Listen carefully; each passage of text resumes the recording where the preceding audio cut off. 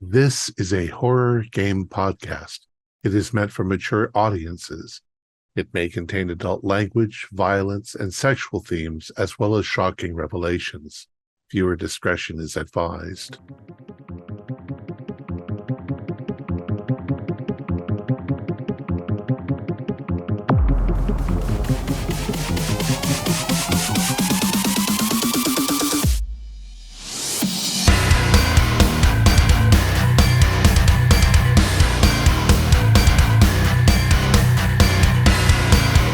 Greetings, fellow investigators, and welcome to our video podcast, Into the Darkness, where tonight, my friends and I will be playing something new and a little different.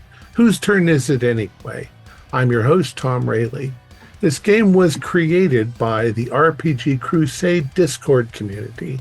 Under normal circumstances, the game master is random, but tonight, Sergio Crego will lead the show and teach us how to play.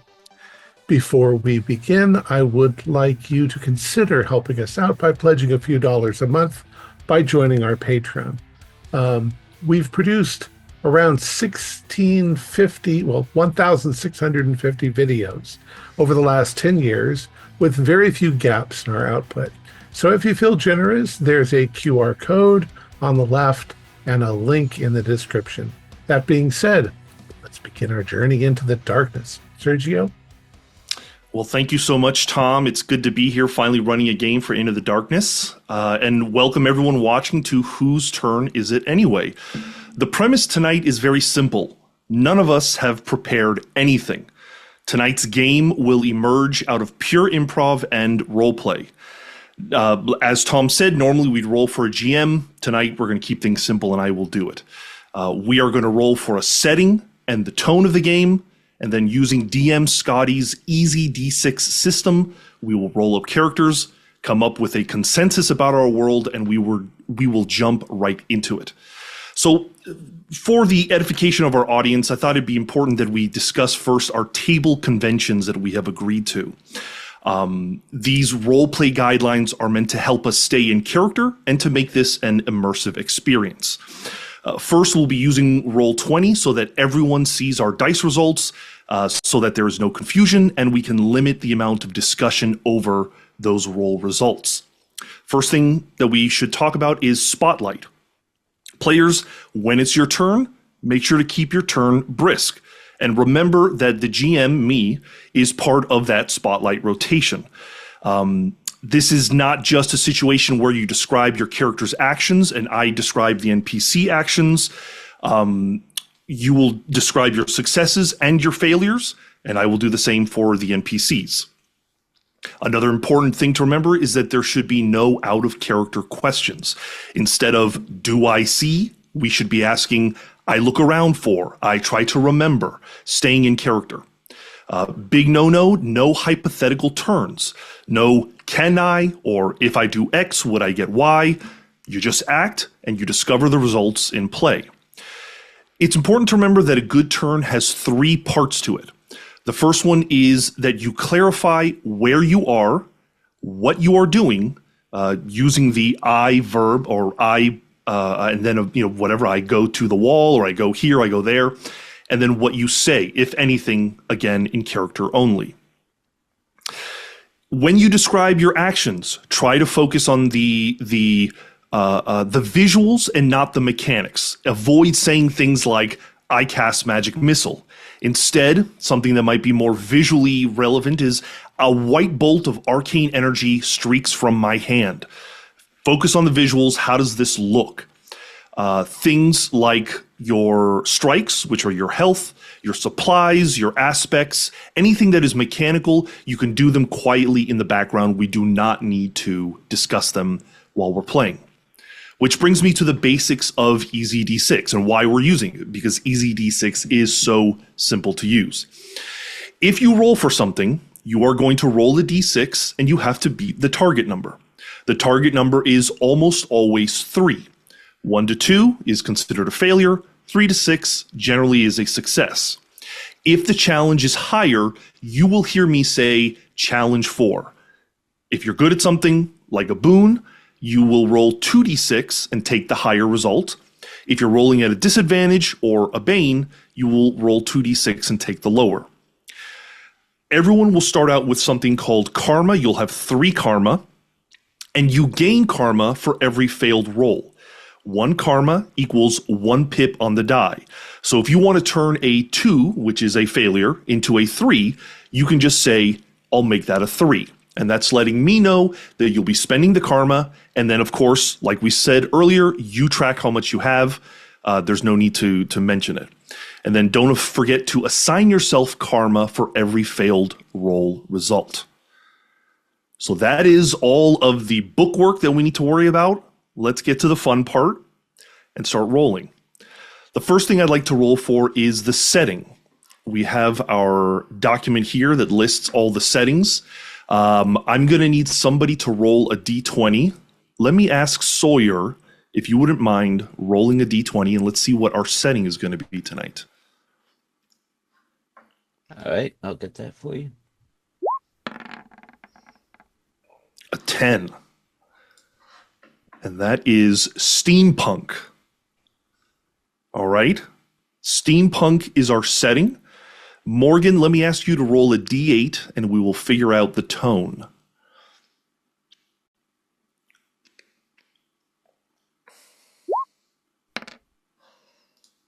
A 6, which is intrigue. Okay, interesting. So we have a steampunk intrigue setting. Immediately, it's, we should be thinking about what does this look like? What kind of a game, immediately comes to mind when we think about this? Maybe let's go in a circle, thinking about the setting and the tone. What are our first thoughts about this? Anybody got any first thoughts about this?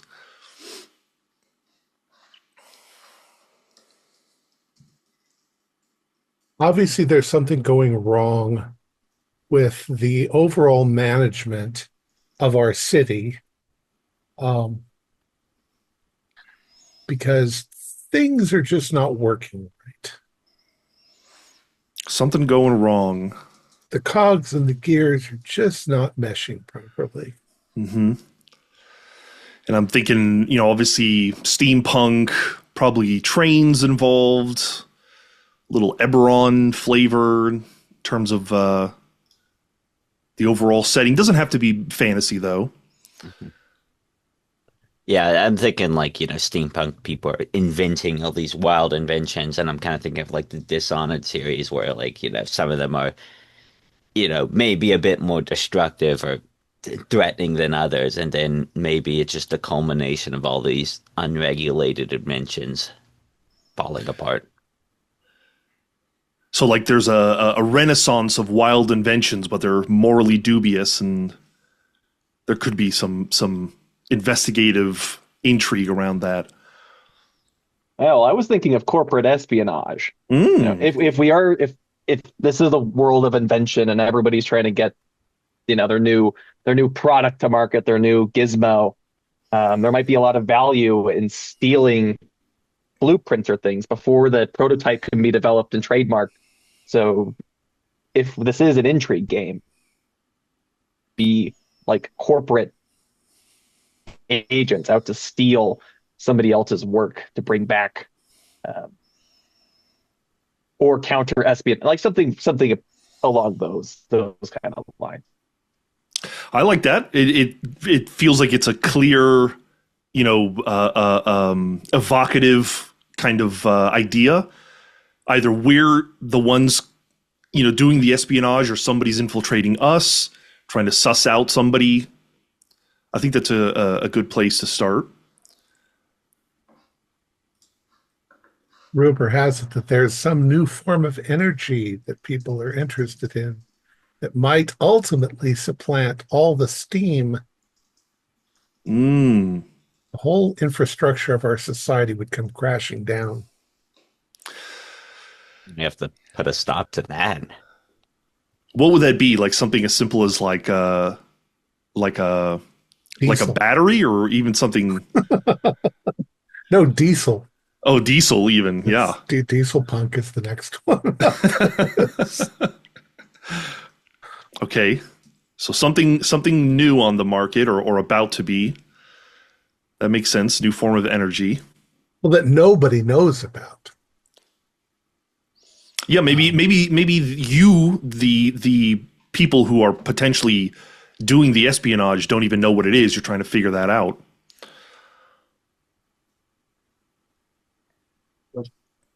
I think it's okay if we figure it out here as we're planning. Yeah, I mean, it depends on how fantastical you want to get with it, right? Like if we think about something, there are those rocks in Castle in the Sky, like Studio Mm, Ghibli, where everything's kind of steampunky, but the the sky castle and the robots are powered by like these crystals. So there could be some kind of fantastical element, quintessence, or something like that that has been. Rumor has it someone has managed to distill quintessence out of gems, and they can use that to replace steam power, or replace coal, or these And the whatnot. formula's in the suitcase of a courier who's got it. Maybe maybe like Morgan was saying, like sort of the fantastical element is sort of the anomaly here with the mm. fuel. Everything, maybe this was once a fantasy world, but the steampunk stuff just kind of crushed it all down, and now it's coming back up and changing, well, I like that. potentially going to change life. It does seem like steampunk does need that fantasy element of it to truly make sense. Otherwise, yeah, you're right. It would be very, very like kind of hard science. But I like this angle. I like this angle. The energy source is not just something obvious like diesel, some kind of crystalline energy. Courier with a suitcase. I've got that written down. Steampunk. Are we in the city? Are we on a? I mean, to me, I keep coming back to like a steampunk train. Like, does this take place on a train that is going to a World's Fair, or maybe they're presenting something on the steam train? Well, we could be trying to, intercept the package before it gets to a location we no longer can take it. This kind of, uh, maybe it's all these like inventors on this train, and we're trying to suss out who's the one with the case or something. It's Okay. it it's on its way to the Grand Orangery where there's going to be an exposition in the city, but the train is the first part where we're traveling. I like that.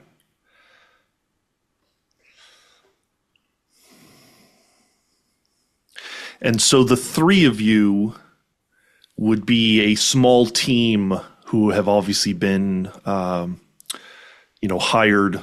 Maybe you're freelance, maybe you're with a rival organization, but you're infiltrating. So maybe one of you is a scientist, but maybe some of you are other things to kind of round out the team a little bit. One of us definitely is probably like a spy. I'll be the spy, James Okay. Bondish. Um, but am I overseeing a team, or are we all rivals trying to get to the same suitcase? There's no limit. There's no reason why you would necessarily have to be on a team, but I think for simple purposes, we should maybe have some kind of unified. Yeah, It's improving a Mission Impossible. three-way Yeah, Yeah, it's Mission competition might Impossible be. on a train. right.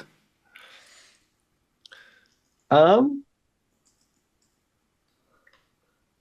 yeah, if you're like when you say you're a spy, are you thinking like this, like charismatic but like Well, capable, like jack of all trades type idea, or I think it just turned kind of into Mission Impossible. Um, our mission is to get that suitcase or that briefcase. Um, but you can't just go up and shoot the guy because we're on a train full of people. So we have a duplicate decoy, Mm.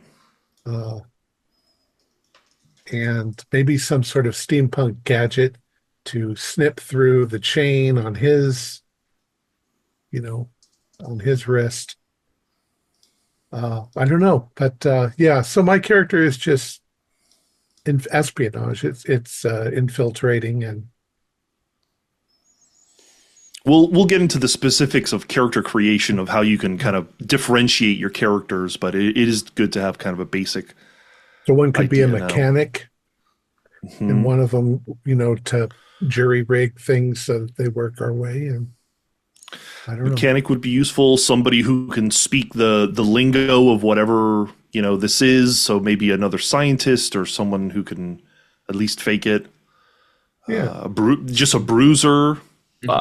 I was thinking of that, but I was also thinking like a Thomas Edison type scientist who just steals other people's inventions. Well, yeah.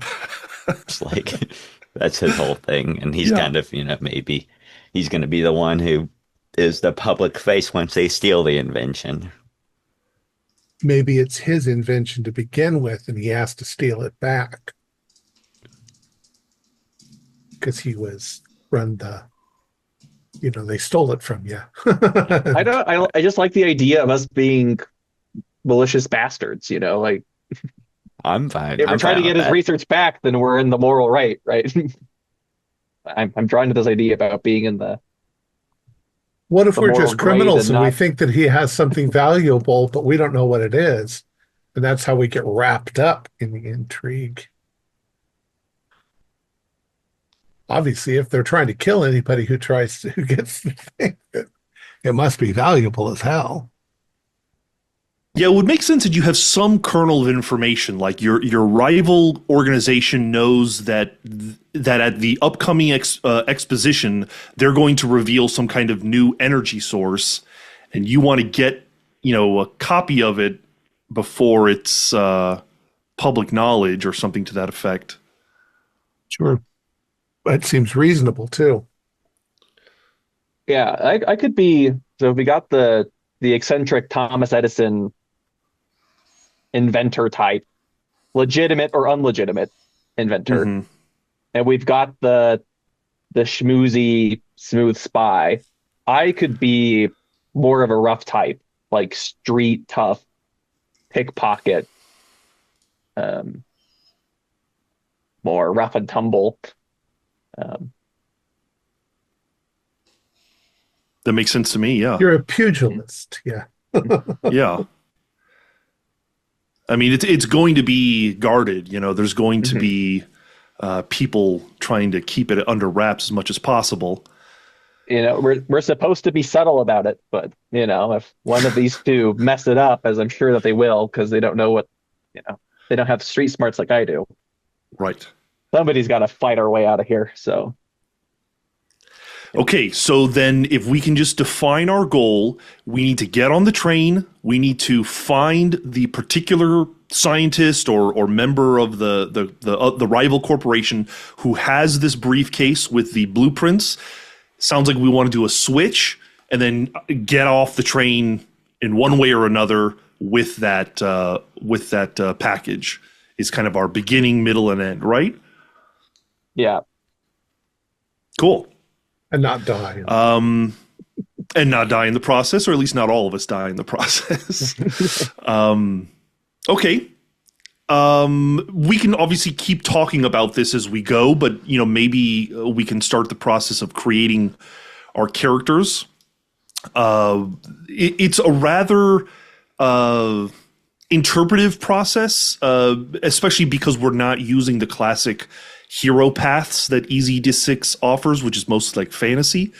But if you wanted to look at the hero paths, they are available. I think I did share a document that you can look at. Otherwise, you basically are going to choose two boons. Now, a boon, like I said earlier, is something you're good at. You're going to roll 2d6 instead of 1d6. So if you don't have access to the book, basically think of what are the two things that when my character does it, they're going to have a boon to that. In case of the pugilist, martial combat is obviously one of them, and maybe there's another thing that you think of. There's and two that's of going to them? go. You're going to choose two boons, and then we'll go on from there. We can just sort of make Let's them up, though, if we don't have the.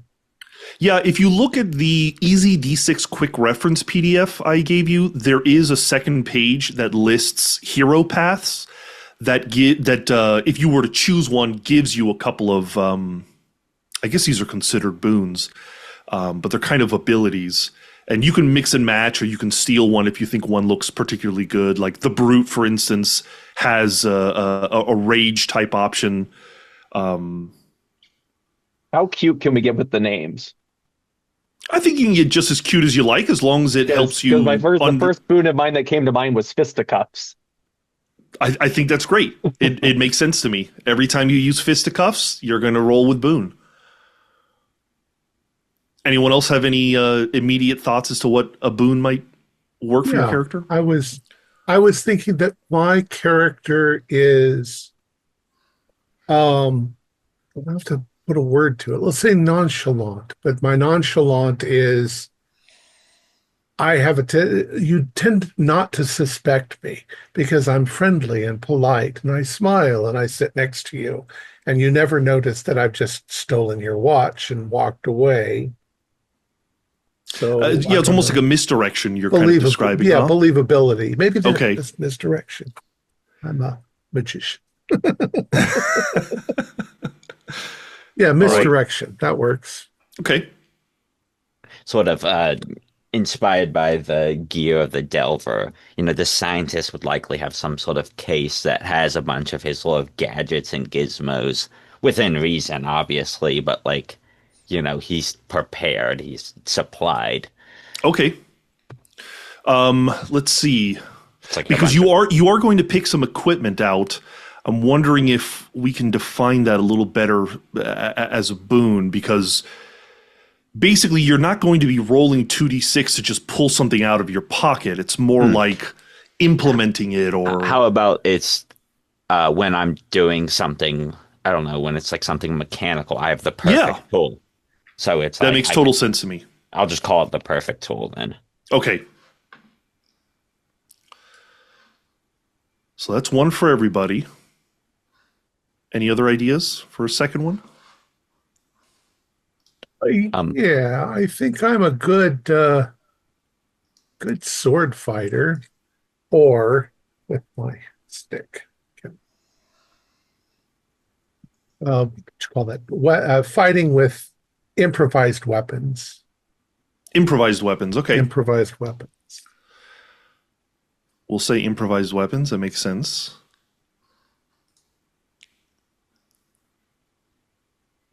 I'll do one I'll call Trust Me, I'm a Doctor, which is just like I guess it's kind of explaining a situation by making it super, super complicated and then just have the person give up and trust me. It's like a persuasion, or kind of like, because we're all thieves, so it's kind of like, again, the misdirect, but in a different way.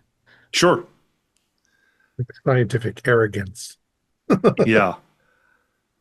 That's not how that works.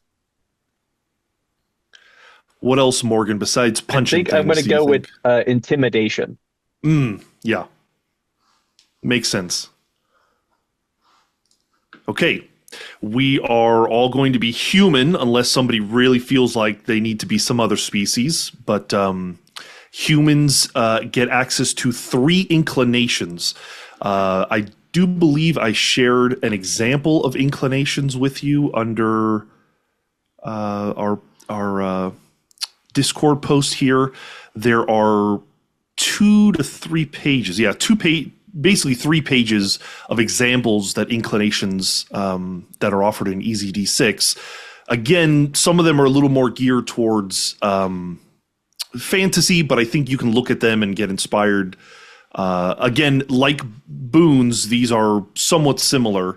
You can choose 3 of them, and they, again, offer you 2d6 instead of 1d6 when you call upon them to use. Where are those? Are those in our Discord? Yeah, if you look at the Discord, when I posted the Roll20 link, you'll see the Google Drive link as well. That should take you right to it. Oh, I thought I downloaded all of those. Okay, I see it. I'll probably just take Alchemist. Yep, that makes sense. Okay, so yeah, just make note that you have 2 free healing potions that come with it. And then you can make up another one if you'd like.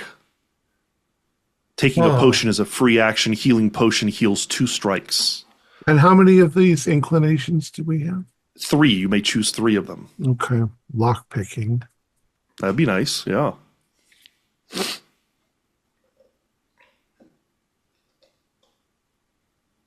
And then Sawyer, so that we have a communication here about this alchemist, if you were to use one of those health potions, obviously describing either feeding it to somebody, feeding it to yourself, and we all just know, the 4 of us, that it should heal 2 strikes. Mm-hmm. And everyone starts with 3 strikes, or if you have 3 strikes, it means you're dead. Got it.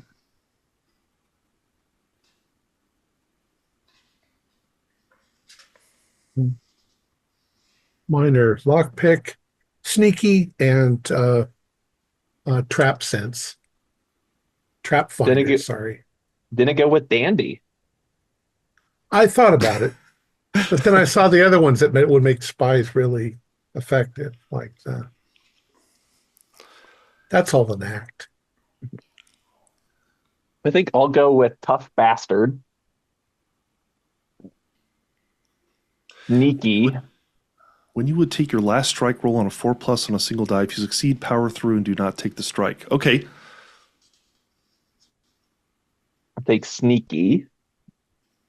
And I'll take swift attack.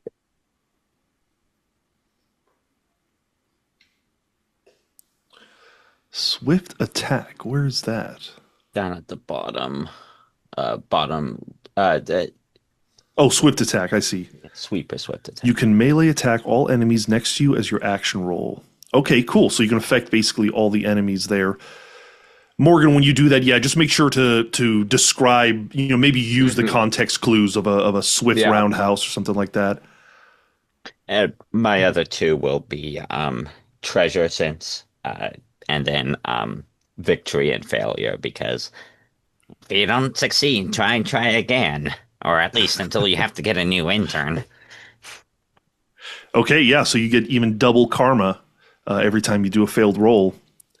Now let's describe this tough bastard, because when you would take your last strike roll on a 4+ on a single die, I'm trying to understand whether it means if you're doing a opposed roll or not. If you succeed, power through and do not take the strike. Maybe what it means is if I say that you fail a roll and you're about to take your 3rd and final strike, you just roll, and if you roll a 4+, then you succeed and you can keep going. Yes. Does that make sense to you? Yeah. Okay. That's how I was interpreting it. Okay. So when you know you're on your possible last strike, and I say that you fail the roll, or the enemy succeeds in hitting you, you will automatically roll that die to see whether you can negate that.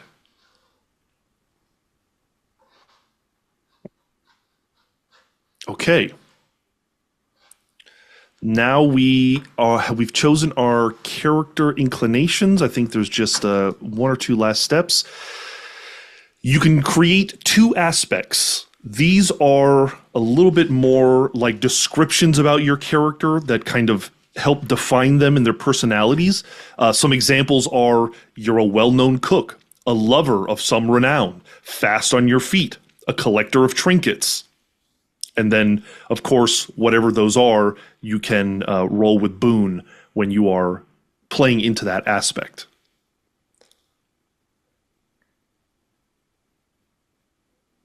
So let's come up with 2 of those.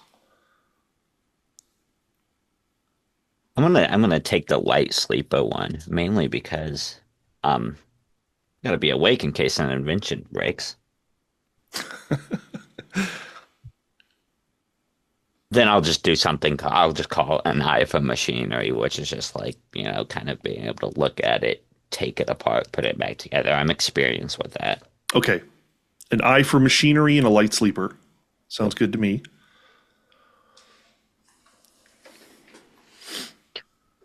I am a light sleeper, and I have a highly refined sense of smell.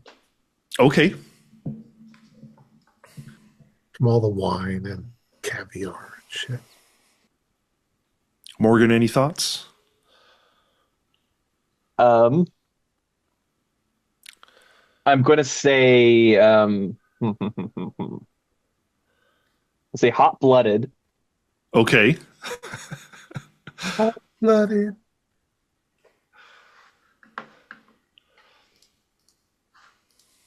And reliable. All right. I love those two.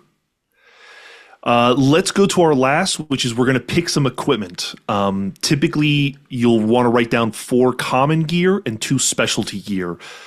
Common gear should be the obvious, a certain kind of clothing or maybe common equipment, backpack, things that would be relatively easy to find in a store. And then you've got your specialty gear that kind of distinguishes you from other folks. And it can be something steampunky and weird, the specialty gear. How many of that do we do? You'll want to pick 4 or write down 4 common gear and 2 specialty gear. So like specialty gear to me would be like steampunk goggles that help you see in the dark, or maybe there's a magical component to them or something. Shoes that let you walk on the ceiling, that kind of thing. Let's see, they do have a magic treasure book in EZD6. Let's see. One of my special equipment, I want it to be just like a very steampunky, elaborate, like multi-tool tool. Okay. Elaborate multi-tool, yep. Those are the fun ones. Yeah. Let's see, even something that like helps light the path if it's a lantern or something, although I guess that would be kind of common. Maybe a way of communicating between the 3 of you would be helpful. And then Like a two-way radio. Yeah. That's common though? I would, let's see, is it common in a steampunk world? I don't know. Like pretty fancy technology. Yeah. Yeah. Steampunk, yeah. So everyone would have to sacrifice a specialty gear to have two-way radio, but I don't know. That's pretty handy in a situation like this. I'm good for Do that. passing notes. You have common pigeons, and you just send them up and down the car, Flying back and forth. And these can also be decided kind of as we go, so we don't have to necessarily think of all of them right at this moment. But Now, because I chose lock picking, it mentions that I have lock picks. Does that count as one of my normal items, or is that in addition to? I'm going to say it's in addition to. So you have those lock picks in addition to whatever else you want to choose. Are we planning on the two-way radio or not? No, I don't want to No, okay. place one of my. Okay. Then So- Go ahead. my other idea would just be some elaborate like listening device. So I have my cane gun. I have a light I can turn on. No, that's not what I said. Yeah, I got a light that I can turn on. I've got a garrote that I could choke somebody with. And I've got a vial of poison in case I need to murder someone. And then my special ones are, I have a pocket watch that is a very sophisticated number crunching computer that I can use to solve combination locks, which can't be picked. I don't know how it works, but you know magic. Yeah. And then the other is I have glasses that see in the dark. Very cool.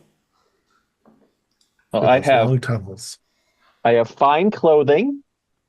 You know, you may beat people up, but you want to look nice while you do it.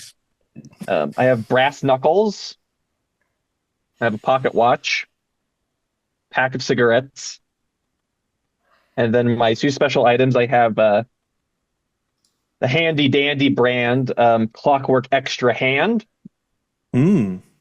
that concealed under my clothing, but I could use as a third arm.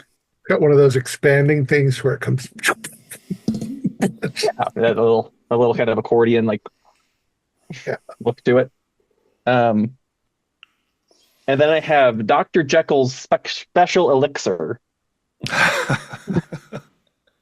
which is a one-time vial. That is if you're gonna go down, you want to go down swinging. Yeah, and maybe we can give it a little bit of an interesting property. I mean, if you take that elixir, I'm going to assume your prowess, your physical prowess will improve, if that's what you're kind of going for. Yeah. Mhm. In which case, maybe we can have you roll 3d6 as opposed to 2d6. And anything else, though, will be at a bane, like any talking, anything that does not involve going in a frenzy, you know? Yeah, works for me. Okay. All right, cool. All right, we have our characters.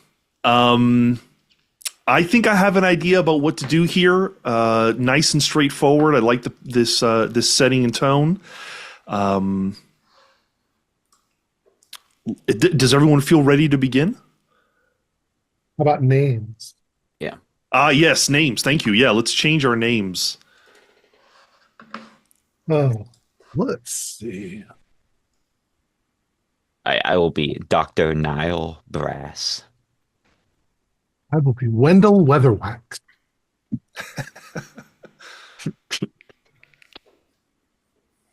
I will be Edmund Carlisle.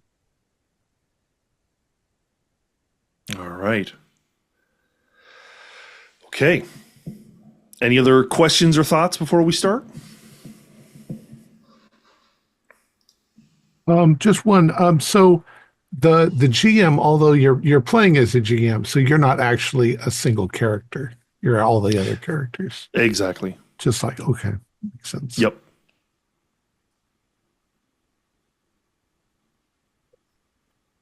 Okay. So we will begin. The sun shines brightly onto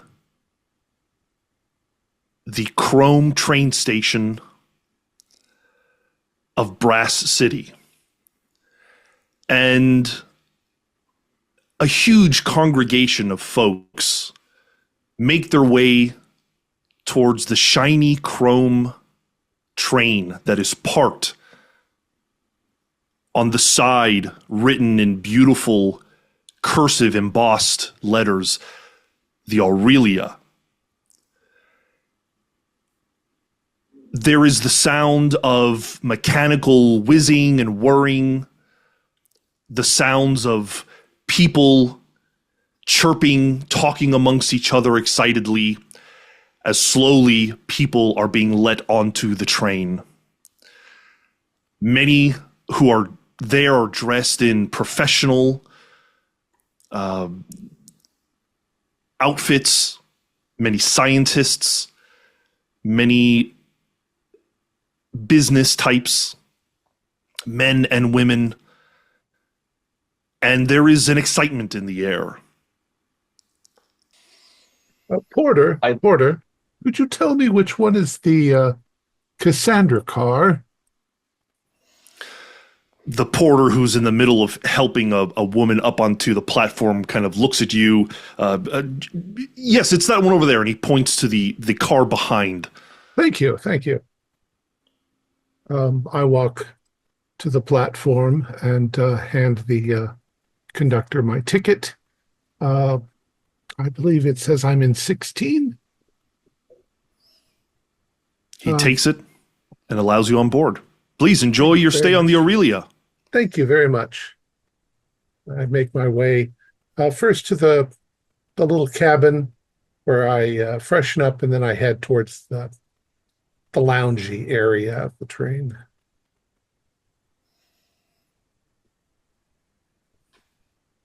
Porter, get my stuff and take it to room 17B. I have the extra spacious room. I do not break any of it, because you will pay for it and the company will pay for it.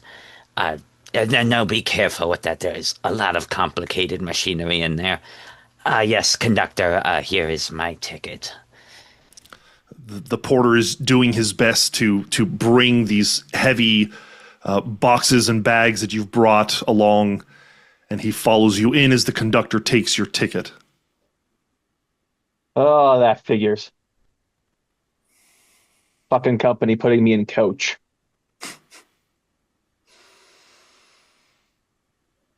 No, I don't have any bags. The conductor, who is waiting in the coach train, kind of doesn't even bother and is just shoveling people in along with you into the particular compartment.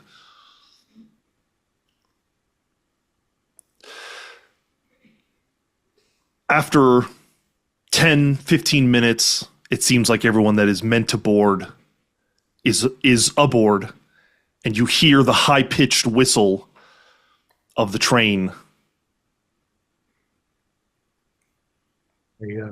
I brace my hand against my drink so that when the train lurches forward, it doesn't knock my drink over.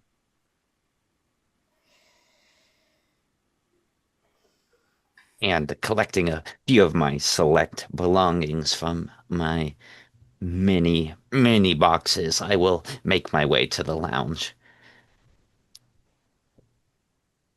When Dr. Brass walks in, I give him a wink. I'll tip my goggles that are on my hat. Edmund? I am amazed at the amount of people they can pack in here like a tin of sardines. My muscles aren't bulky, but I feel cramped in my seat next to this old man who won't shut up about how the trains used to be gold and how everything they made everything chrome and now everything's so much worse. There's at least 3 screaming babies. And all I can think about is how I'm going to finagle my way further up or further along the train, link back up with the team. The scenery slowly begins to move. It's smooth. There is no concern of drinks falling. The sound of the engine rumbles and soon fades into just the normal noises as the train itself picks up. Inside is elaborate with fine leather finishings, chrome handles, blinking lights that you don't understand why are there, but are there nonetheless. Maybe for the conductors to understand what is being signaled to them. When Edmund comes into the cab, once again, I give him an acknowledgement, but I motion for him to go towards the bar, and then I use his momentum to slide out of my seat and get behind him, and I will follow him to the bar as he clears the way. And I am at the same time looking carefully to see if I notice the man with the briefcase anywhere around. Tons of socialites and business types. As you approach the bar, there is to your left what appears to be a man with a blue and gold trim jacket, common with the company Vesper and Crow Energetics.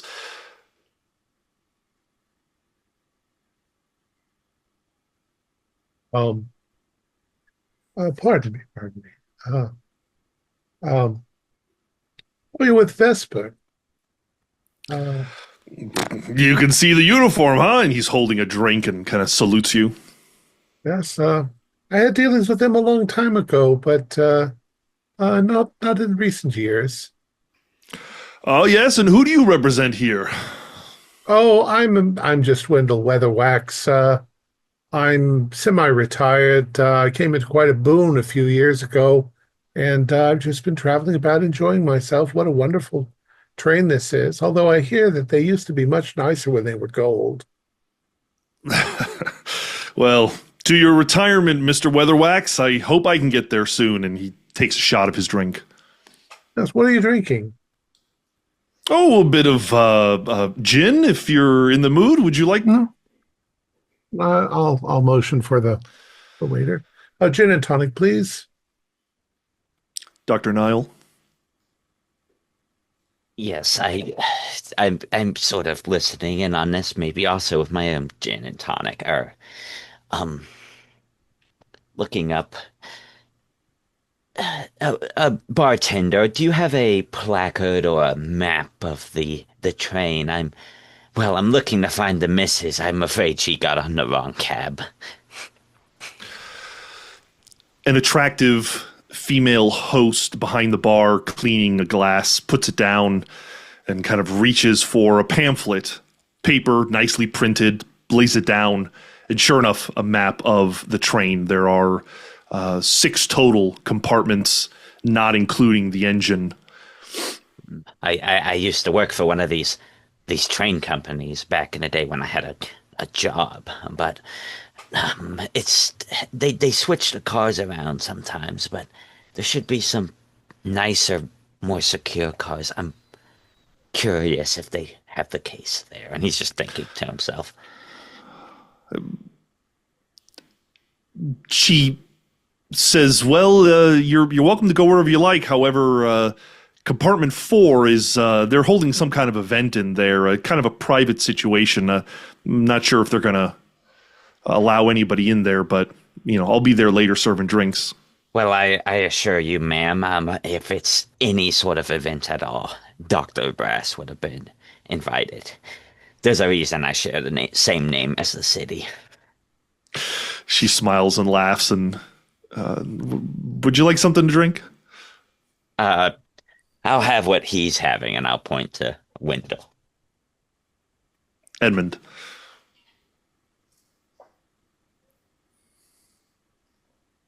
Well, there's definitely more room to breathe here. Well, at least standing up. Um, let's see.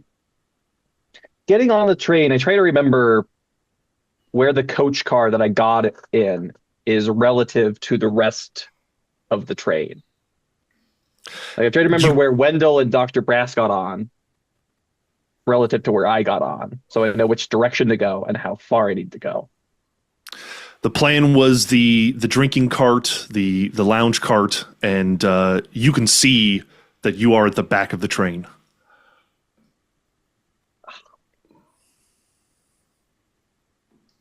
Well, crack my knuckles, crack my neck. It's time to get a move on. So I stand up and then I turn and I march towards the attendant, who's waiting at to where you cross between cars. Kind of an older gentleman, clearly been working on the train for a while, and says, "Watch your step, son. It's a bit tricky, but going between cars." He doesn't pay you any mind otherwise. I give him a nod. I'll be careful. Sure enough, as you step through, there is a kind of divider, but it's much more exposed to the outside world. You can even see the tracks passing underneath the train and a small kind of platform to go between the 2 carts. And immediately in front of you, you can see the hustle and bustle of the lounger cart. Okay, and I'll enter. Weatherwax, this gentleman from Vesper and Crow is now kind of talking your ear off, saying, we're heading on our way. Big, exciting exposition going on in the next town over. We can't wait to... Yeah, all very hush-hush, I can't talk about it too much, but you'll be seeing it in the newspapers, sure enough. Wonderful. Indeed. As I see Edmund sort of approaching, I give him a common prearranged sign that we have. I blink my eyes a couple of times, which I want Edmund to run into me as he's going past. That way I can fall into the man that I'm speaking with and possibly lift his wallet.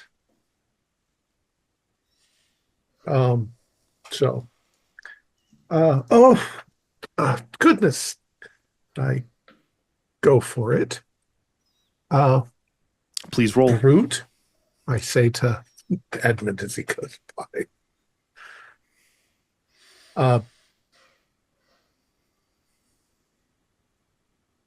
Would I roll for that? Yeah. Yes, please roll. Okay. Oh, Jesus Christ. I drop the wallet onto the floor and I say, oh, sir, your wallet's fallen out. I'm sorry. Well, watch what you're doing. Jesus. He could clearly feel your arms kind of reach into his pocket, and he immediately goes for his wallet. That man bumped into me. I apologize. Don't worry, I saw the whole thing. He bumped into you, and you were just trying to steady yourself. It's quite crowded in here, This man turns to Edmund and says, "Watch where you're going. Shouldn't you be back in the with the others?" I just wanted a drink, and I'll make myself taller. Is that going to be a problem? His face quickly changes. However, someone else, again dressed in the blue and gold of the Crow and Vesper company, comes up. This person looks a little bit more like a bruiser, a little bit more like Edmund, and he says, "Mr. Horatio, the meeting's about to happen in Station 6. Let's get going." It seems to be this person's bodyguard. I size him up. How is he bigger than me? I'm looking to see if I'm bigger than him. He is a little smaller than you, leaner. There is something in his movements, though, that denotes kind of speed, a kind of accuracy, a litheness to him. But he kind of checks you out up and down, and then starts to turn this individual that Weatherwax was speaking to. I'm going to wait for the train to rock as I feel it moving down the tracks, and I'm going to bump into Wendell again. For no purpose other than he fucked up. And the two individuals of Vesper and Crow turn, they leave, and you are left at the bar. One whiskey, please. Coming right up. And she starts pouring it. Gentlemen, let's not turn on each other too soon. I mean, I don't. I'm wondering what they're discussing in there. Doctor, is there some means in which we can overhear? Well, yes. Now, open up my like a very nice stylish steampunk coat, and there's this like elaborate trumpet listening device inside. We can hear what's going on. We just need to get closer. Let's do that. Do we need to leave this cab, Niles? Cab? cab 4, I believe. At least that's Cab the one they 4. secured. Let's move to cab 3 and get the position right next to the wall and see if that helps. Um, come along, brute. And I'm enjoying my drink. Thank you. all right, Edmund, well, the server slides your glass over. join us when you get the chance. Come, doctor. So we move down the center aisle until we get right up to room 4, or cab 4. The doors hiss open again, going through this kind of junction point where it's much louder, exposed to the outside. And you step into the compartment 3. Inside here is less crowded. There are many folks lounging in couches, leisurely looking out, reading the newspaper. A much quieter compartment for leisure and reading. Excellent. Now, I don't need to climb outside the train, do I, to affix Well, that? it has a bit of range, but it's you can't just place it out in the hallway. It's somewhat directional with it. There's a tube, and it'll record everything, and on a wax cylinder or maybe a vinyl, and play it back to us.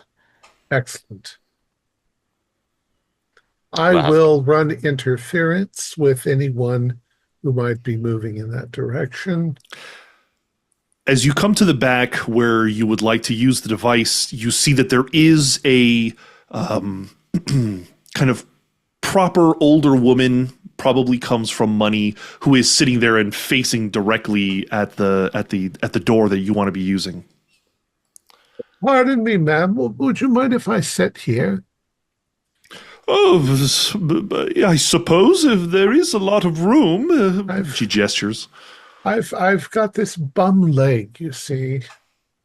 Uh, I have a difficulty in slipping into that side. Uh, I don't mean to inconvenience you in any way, but it's killing me right now. And Roll. yeah. Oh, she buys it. She suddenly, her focus is entirely on you, your nice clothing, and she realizes you're one of her, and she immediately starts striking up conversation with you. Dr. Nile. Is anyone watching? No. And I'll if I'm free of witnesses, I'm gonna run the wire sort of in the listening device towards the door and sort of sit maybe across from window and let it record the meeting. Roll with Boone. Right. Oh, wait, I'm rolling on the.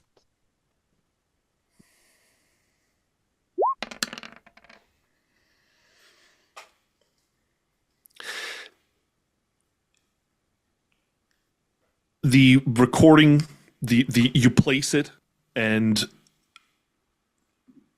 it seems as if it is properly working. And after a few moments, you stop it.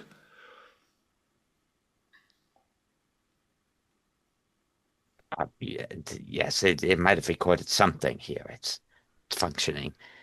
Is the meeting over? So, do I see a window between the cabins? You see a window that shows into the next cabin, and there does appear to be some kind of conference. Many Vesper and Crow employees standing around almost in a circle, as somebody out of eyeshot is performing some kind of a meeting of some kind. I'll try to record some more of it, as much as I can. You do so. Edmund. I'm sipping, not really sipping. That's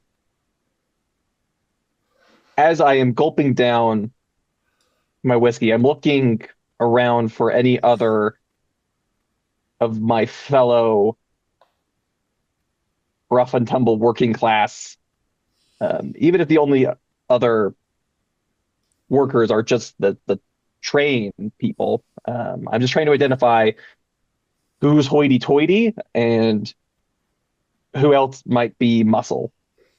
It almost Um, seems like the compartment is split in half, where, if the bar is in the center, going forward is where it seems like all of the folks of a higher class are keeping themselves, and in the back half, closer to the sixth and final compartment, is where the working class come. They get their drinks, often walking up to the bar, and often taking it and going back to their seats.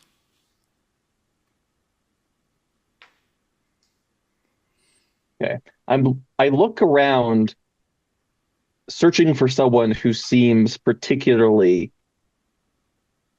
malcontent. Someone who's Roll. having a bad day. Let's have you roll.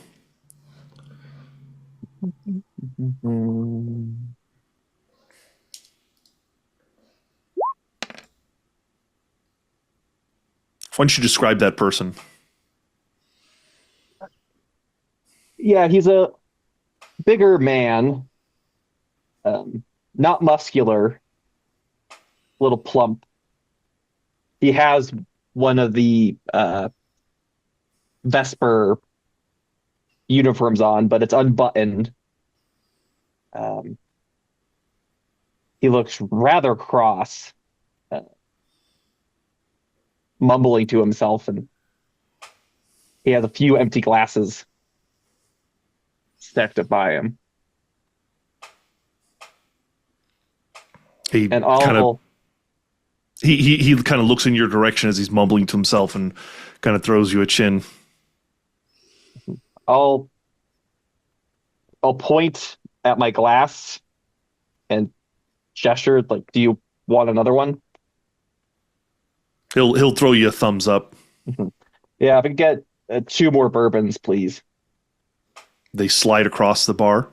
Okay, I'll pick it up. I'll go over. I'll sit down. Hand him the glass. Your It's work good. treating you as poorly as I am today? Maybe even worse. You Oh, don't. You work for Vesper and Crow?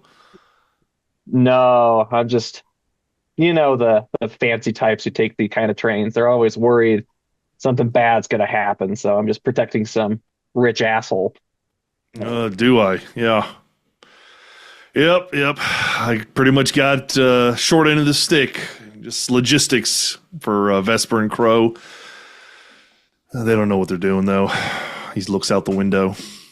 Logistics, that worth a bit above my pay, you know. I bet you're smarter than you look. They're just having me running around organizing things for this big exposition. Some new technology they're going to roll out says it's going to change the world.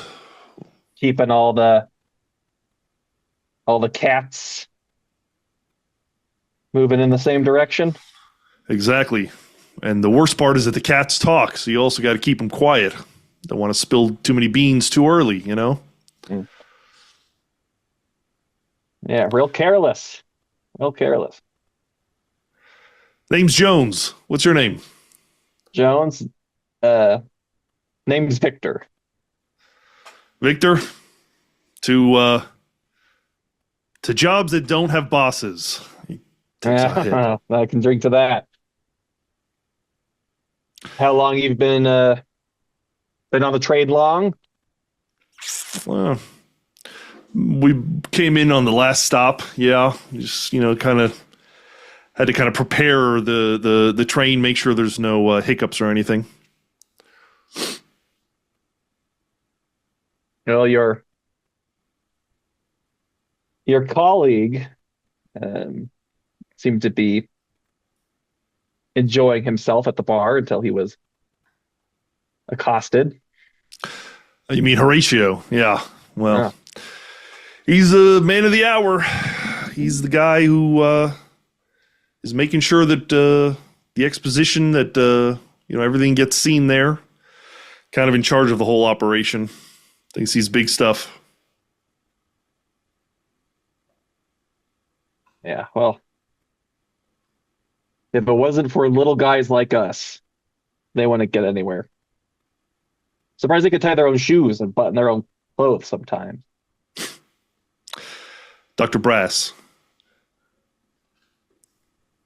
Well, I think I have to replace the cylinder, so I'm going to nod to my friend Wendell here and head back to my room and listen to what we have. Weatherwax. Yes, make a report. I join you, but I don't want anything to look suspicious.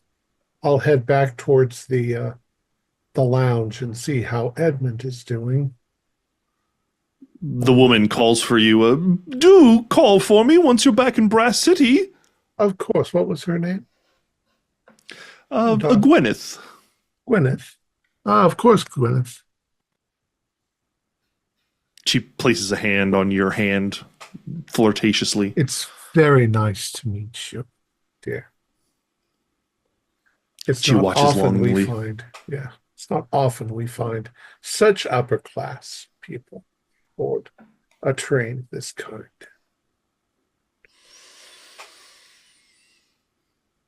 And I will, I bid you adieu, and I will turn and start walking back. I'm scanning all of the passengers just to see if anything looks out of the ordinary or unusual. Because there could be other spies. But I don't see anybody, apparently. Everyone in this compartment and in the following compartment just look to be enjoying themselves. Some of them are wearing the blue and gold of Vesper and Crow, but largely it looks like it's just passengers. So once I'm back to the bar, I'll order something fancy. A Vesper. Dr. Brass. Well, with my ear to the audio piece, I don't want any eavesdroppers. Among my luggage, I'm going to see what we have, or hear what we have, rather. There is the slight rumble of the train sounds as you are going literally through a compartment to listen in. But what you hear is a single individual, male, talking about the benefits of this new technology and how in Vesper and Crow's hands, they are going to revolutionize the world. And then he begins going into complex scientific and mathematical explanations about how this new energy source works. You found your man. That's what they have. Well, they know how it works, but it's Vesper and Crego, but who carries the box? You hear at the end of the recording, Dr. Vellum, this is unbelievable. And are you going to do the presentation back once we get to the exposition? And you hear yes, I will. And my stopwatch, or maybe a clock in the room. How long until we arrive? It's currently 1:00. Train ticket says 2 hours. Okay, we have to keep moving then.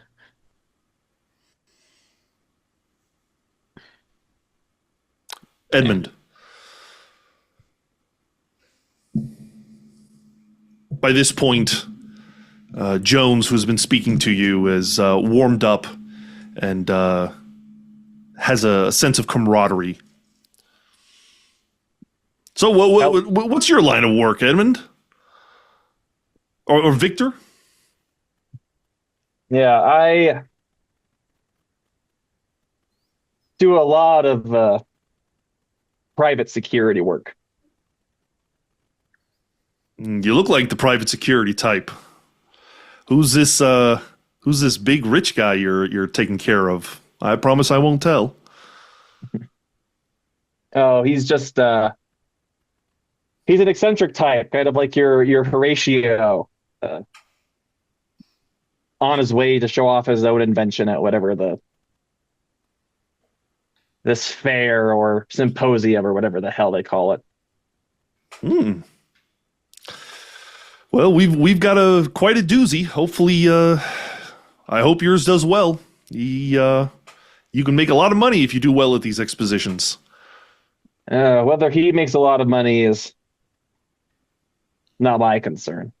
Of course, if he runs out, then he stops hiring me, and I'll find someone else to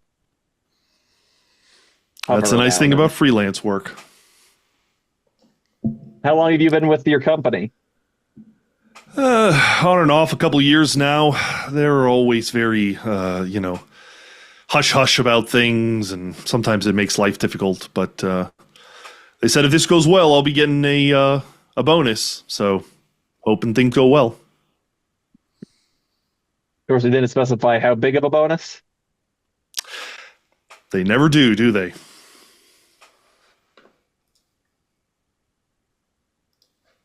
Yeah, Well, how are things looking for good for that bonus? This seems like things looking It's all smooth. the science and the math is way above my head, but all I know is that if once it's shown off, they swear it's gonna take over the world. No more steam. Well, I'm already saying too much. No more steam. Keep that between us, us friends. Of course, professional. Um, us professionals need to look out for each other. Weatherwax. yes. As I come up, I'm like, my goodness, it's difficult to move around this train. There are so many people. There seems to be some meeting up front with a bunch of people. You can't get past them to get to the other cars. I do apologize to you, sir. And I look over at Edmund and I say, we bumped into each other earlier and I didn't apologize. I'm very sorry. Can I get you something? Lagavulin, perhaps? Scotch? That sounds very kind of you, sir. Jones pipes up and says, sorry, sir, that's Vesper and Crow. They're having a meeting discussing the upcoming exposition. Oh, I see.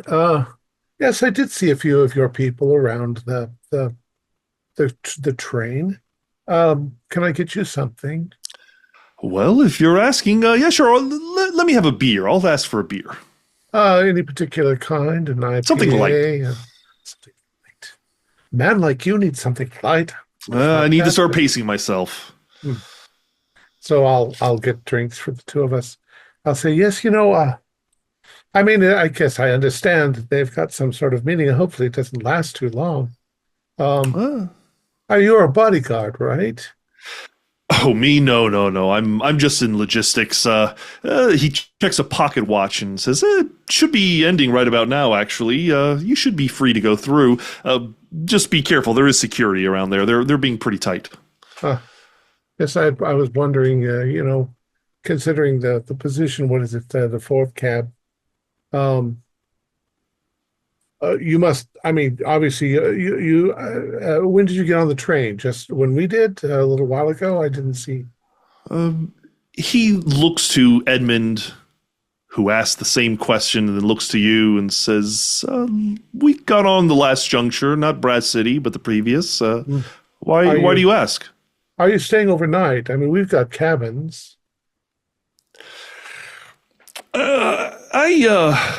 I think I need to go check on the team. Pardon me, gentlemen, but if you'll excuse me. He starts to move. Gets up. Don't forget your drink. Thank you. He'll take it, kind of look at the two of you, and then make his way towards the fourth cabin. And I'll say something innocuous, like to Edmund, like, so what's a big bruiser like you doing on board this train? As he walks away. Were And you as he able gets to out of just earshot, I'm trying to get a fucking job done, but apparently everyone around me wants to keep fucking it up. trying to discern which room he's in? Uh, Dr. Brass has got a recording of what was going on in the room, but I haven't, he hasn't talked to me yet. I'm pretty sure whatever we want is in that room. Yeah, so that's what my good friend here was telling me about If, before you came. oh, sorry, if we could find out where they're staying, and I could break in, get what we need. I don't know. There's not much of a plan, is there? It's just sort of improvising as we go along. Dr. Brass? Oh well, I've heard all these specifications, and well, I think they might be storage specifications. I assume there's some sort of chassis for this. And um I'd like to first quickly write down the name of the doctor carrying the case, I believe Voulon, and have that for when my friends pass by, but I wanna at least improvise a sort of case to hold this until we, well, drop it off where with its new owners using these specifications. Easy Wondering, enough to do. Edmund, if they're storing something in the foregone, I could sneak along the top of the train and drop through a window into the foregone, and hopefully there won't be any actual guards in there. Might be able to have a look around as soon as we find out what we're looking for. What's keeping Dr. Brass? Sorry, would you like a roll for that info, making the case? Sorry. Not necessary. Well, I have a general idea. I'm going to go take the name of our new Dr. Fender, my rival doctor, and visit my friends. I think they're in the lounge.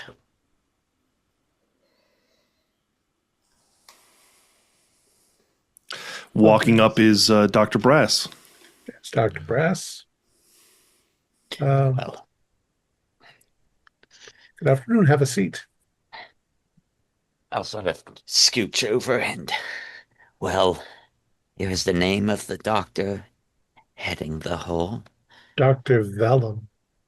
Sounds ignorant. And, You've never heard of him? well, I try to. All these corporate doctors, they're not real doctors, they're not real scientists. They're leashed by the corporate chain, by human resources and standards. Uh, Doctor, did it sound like they had the object inside the room or just paperwork? Well, they mentioned precise specifications for it, for how it's kept. Now,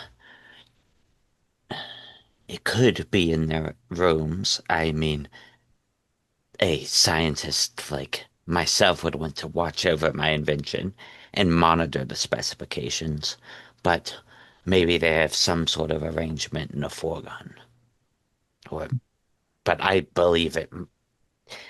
Whatever, wherever it is, Dr. Vellon must be keeping an eye on it. So that's our clue. That's what we need to look for. We need to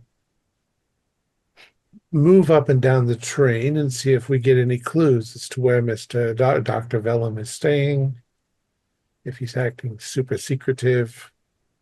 We don't know what he looks like. And when we retrieve it, Edmund, Wendell, I have made a temporary holding case. Excellent.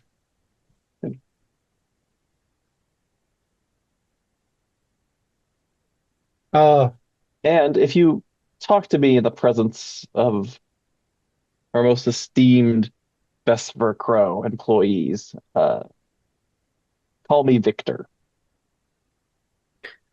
Well, Victor, I believe we right? should split up somewhat. You hear over the crackling electronic speaker system. 1 hour till we get to Exposition Park. 1 hour. I'm going to head towards the back of the train on the pretext of smoking. And I'll see what I can find out on the way.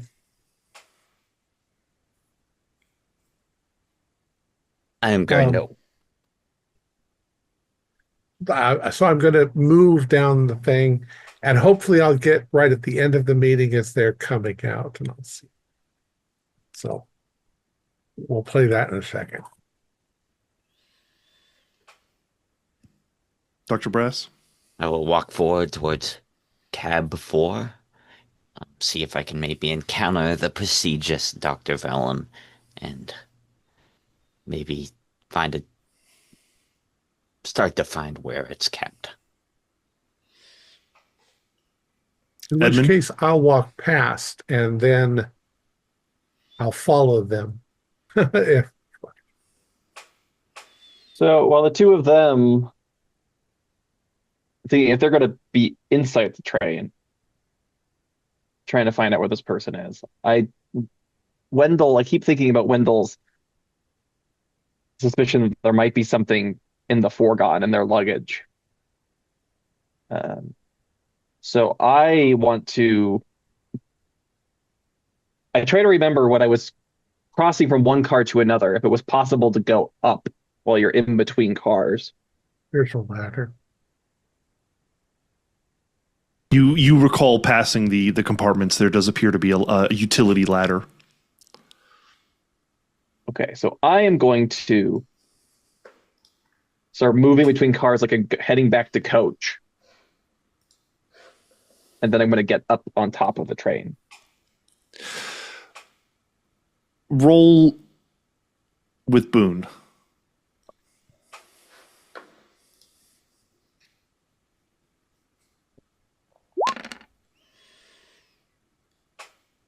Okay, so There is no one around.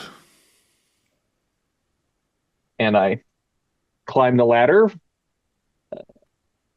mindful not to get shaken off. The sudden rush of wind, exposure to the elements, but you can see the top of the train and the 4 or 5 compartments ahead of you, is also along with the steaming engine in the very front.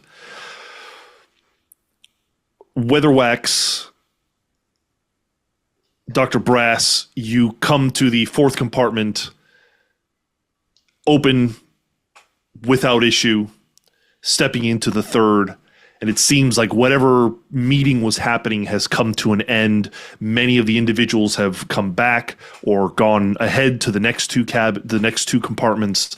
But there is still a smattering of Vesper and Crow employees, and you can see a small group of individuals kind of huddled around one particular scientist wearing this white smock, and he does appear to have a briefcase that is cuffed to his wrist, and he is speaking to some individuals. Well, I have an eye for hidden treasures, and I think I see what we're looking for. And I quietly go past people. Oh, pardon me. Oh, good afternoon. Goodbye. My intention then is to wait beyond for the doctor to go to his room and see which room it is. So on the pretext of smoking. I'm being sneaky, so I guess I'll... Success. You come to the next door, and you can see in the 3rd cabin, in the 2nd cabin, there does appear to be a bodyguard with his back to you, kind of facing into the cabin, arms crossed, kind of surveying the area. This cabin ahead of you appears to be where there are individual rooms, individual compartments for people to stay. I'll make note of the number as I go by, Pardon me, excuse me. Uh, I'll just walk as if I'm nonchalantly going to the back to smoke. Dr. Brass? Well, I'm gonna stand here in a moment, look around, and see if there's any great minds for me to clash with. And I'll happen to set my eyes on the doctor over there and saunter over to him. Pride on my face because I am the superior inventor. Dr. Vellum is a middle-aged man, balding with kind of blonde hair around the sides. He has augmentations around his eyes that seem to magnify them. They are now currently up in the up position, but he is just finishing his commentary about how much money this is going to make Vesper and Crow, and he kind of notices you and gives you an acknowledgement and goes back to the conversation. Well, I wouldn't want to listen, but I might just stand over here and, wait for them to finish politely because a clash of the minds is the best kind of clash. The conversation comes to an end, and two bodyguards walk up behind Dr. Vellum and say, Doctor, let's bring you to your quarters. We'll wait until the train comes to a stop. And they begin moving him. Doctor, it's me. You remember me from the academy? He stops and kind of looks you up and down. I can't say I do. John? Sorry. No, that was my brother. I had twins. Yeah, I cannot believe you and my brother, of course. He far excelled me in many areas, but I am making a comeback. What is your name, sir? Finch. Finch. Yes. It's a large academy, so. I can't say I recognize the name. What can I do for you, sir? Well, I was just gonna say, are you presenting at the exposition? Yes, sir. And he kind of holds up the briefcase. Have something very exciting to share with the crowds when we get there. Well, I think. Well, unfortunately, my surprise is I don't have it with me currently, but I think you'll love to see it. I just wanted to have some friendly, as peers, I wanted to make an introduction. Roll with Boone. Oh, wait, I keep instinct.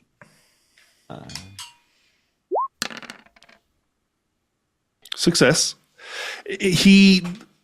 A man of science, always intrigued by the next interesting invention, says, well, I'd love to hear the story. Please, come with me to my cabin. I'd love to hear what you have. Yeah, and I'll walk over to the cabin with him. Weatherwax, you make your way into the next compartment, and immediately the hand of the bodyguard is put on your chest and says, sorry, private cabin, can't come in here. I need to get to the back of the train, just to smoke. This is the front of the train. The back's that way. Oh, this is the front of the train? I was really going in the wrong direction, wasn't I?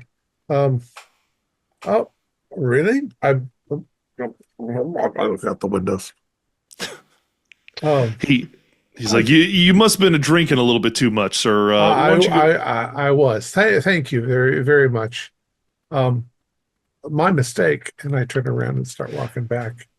As you turn, you can see Dr. Brass walking with Dr. Vellum, deep in kind of scientific conversation with two bodyguards. After I pass them, I'm going to, in the in-between part, I'm also going to swing out onto the ladder and move to the top of it and look around for Edmund. Do I see? Roll? Well, yeah. Roll with Boone. Oh, yeah. Success. Doubles. Real? Yeah. You climb to the top, Edmund. So I'm not climbing out, but I'm climbing to the top of the ladder. And when I see Edmund, I go to show him the side, and then I give him, like room 4. And then I'll climb back down quickly and go back into the train. So I was heading down the train, but now that Wendell has given me the signal, I Yeah. turn around and start heading to that front car. Roll with Boone.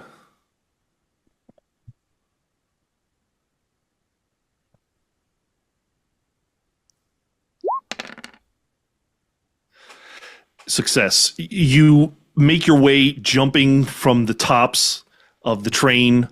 There is a moment where a station pole almost decapitates you, but you're able to drop. You're able to get to the second to last compartment.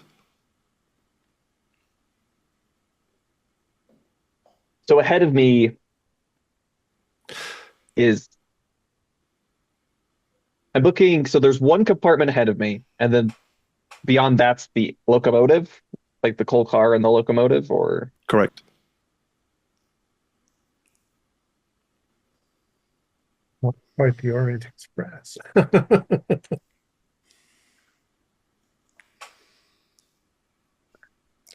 Dr. Brass. glancing Oh, go ahead. glancing around, how sparse is the environment we're passing through? Are we going through towns? Is this just meadows? Is it forest? Can you ask that in character? I am looking to see. I am scheming. I heard that there's 1 hour till we reach our destination. If I stop the train, well, I'm curious to. I am trying to puzzle out in my brain. Is it just open? Is it open ground, or is there a lot of concealment around the train? Like if I was to get off the train, is there somewhere for me to hide? That's You what can I'm looking. see That's what I'm looking rolling for. meadows around you, and far in the distance are the silhouetted shapes of a silver city approaching. Okay. I will proceed to move to that final car. Dr. Brass, you are brought into a private compartment, just two simple couches with a little table, and Dr. Vellum invites you in. Would you like a drink, sir? I would love a drink. Your idea is very interesting, and he kind of starts commenting on Yes, what you've been telling him. it's earthquakes, right? They're very destructive to our infrastructure. Everything is built off of rails, gears, and pipes. In a moment, there's a shaking, they all come loose, and everything's gone. No power, nothing. And well, it's of a large scale. I only have a test prototype. I had to get it shipped ahead of time, but it's going to reverse the effect of earthquakes. Fascinating. You can see standing outside of the compartment are the two bodyguards, their backs to the glass. Dr. Vellum says, it's very interesting. Maybe something worth showing to Vesper and Crow. We have a technology ourselves that I think is going to eliminate the concern of earthquakes, but a backup might be helpful. What is your technology? I mean, it might be an elimination, but certainly you can't adapt it everywhere all at once. I suppose you've told your secret. I can tell mine. We're going to show it to the world in just an hour or two. And he puts the briefcase down briefly, still clipped to him. He opens it up, and there is some kind of contraption inside, complicated, filling the inside of the briefcase. He flips on a couple of switches, the lights and diodes lighting up, and this kind of blue stone begins to hover right in front of it and kind of rights itself vertically.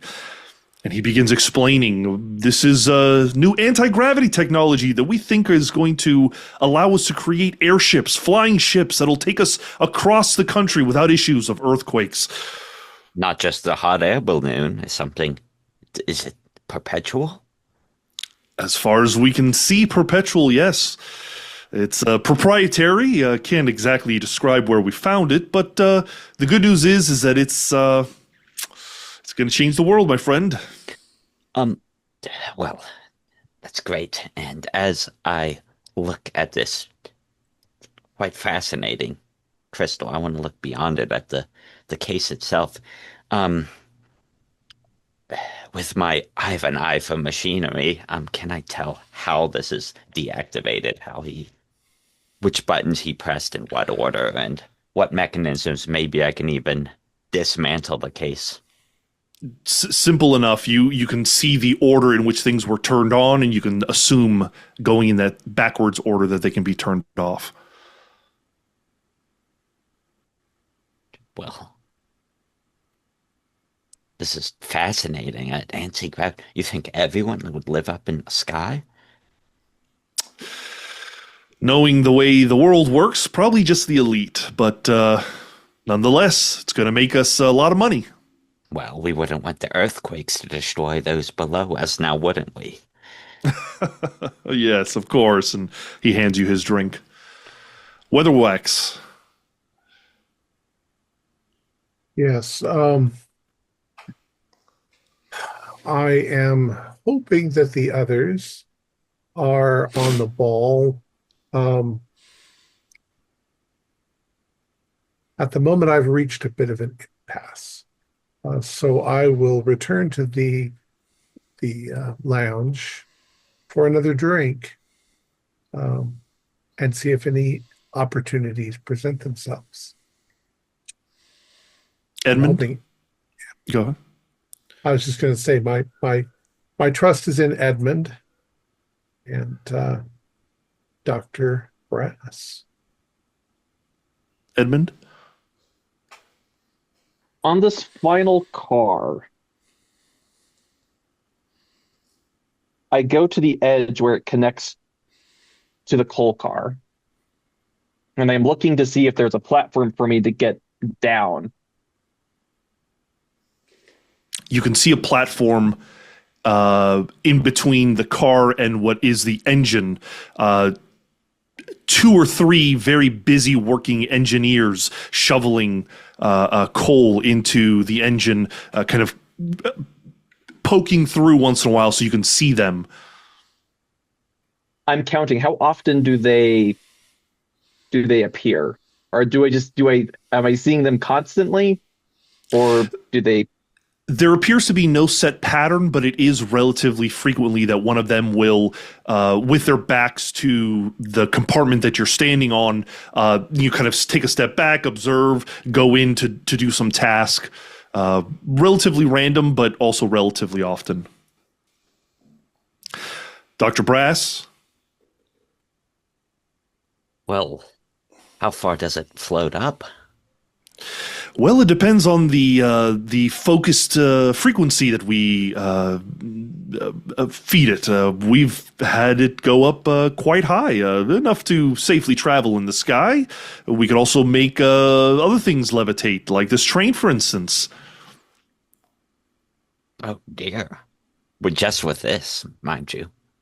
Well, this is a small prototype. We'll build bigger engines and build bigger pieces. It's all about this this particular crystal, though, is really the game changer.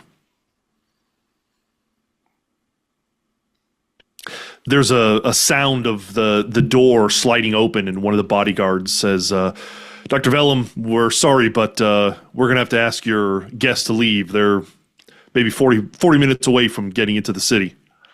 We're going to need you to be by yourself." And he kind of turns to you. "My good man, please, do you have a card?"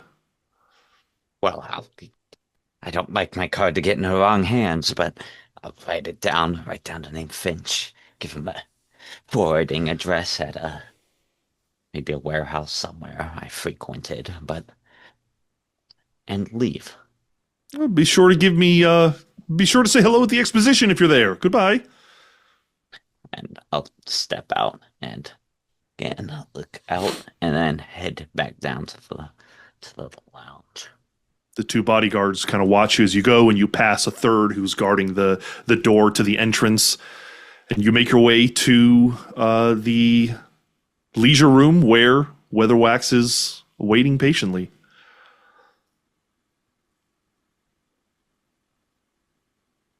How did it go? Well, I think I have an idea. It's some sort of anti-gravity crystal device. It's kept inside of the case.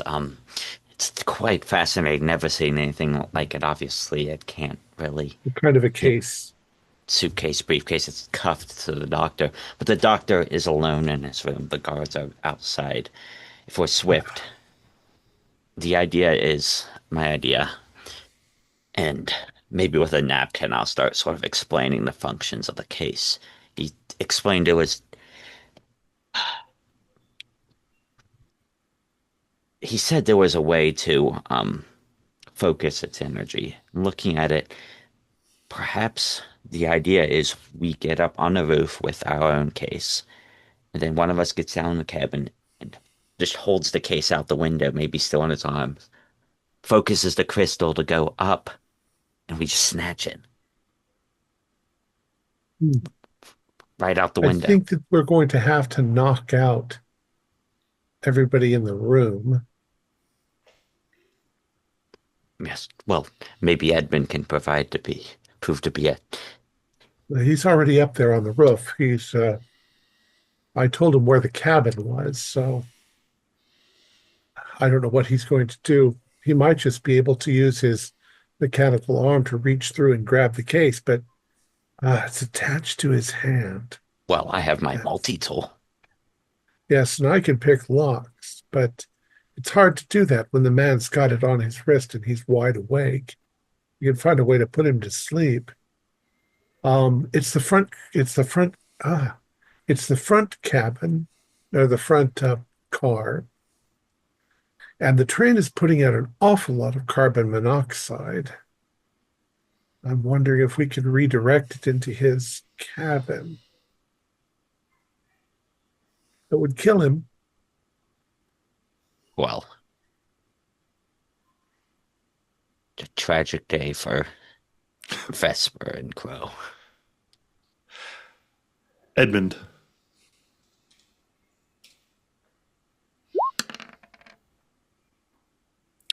One of the... Okay. Go ahead. Well, I am waiting for an opening. one of the engineers has taken a step back far enough that you can see his whole body. And that's when he starts looking around and happens to look up. I would like to introduce him to the metal end of my mechanical hand. Roll with Boone.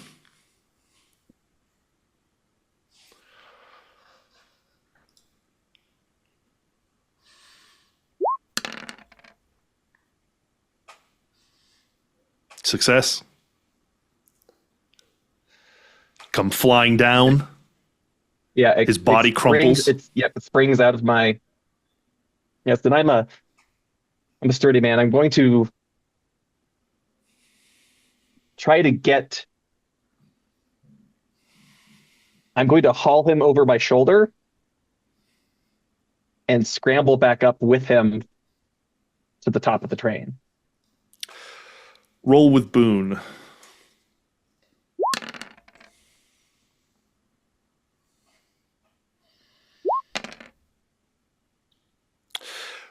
One of the other engineers looks at the last moment and sees your feet climbing up, and he sees his missing partner. Hey! And he kind of runs over to see just as you kind of go over the top. Hey, there's somebody on the roof! I'll lean back over and I'll say, "Yeah, we've got a mechanical problem," and I'll give him the lights out special. Roll with Boone. Certainly, if it worked once, it will work twice.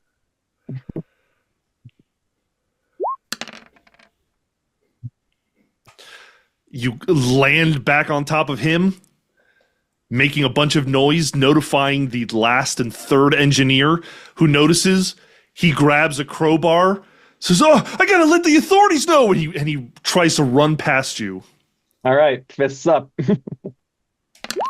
Roll with Boone.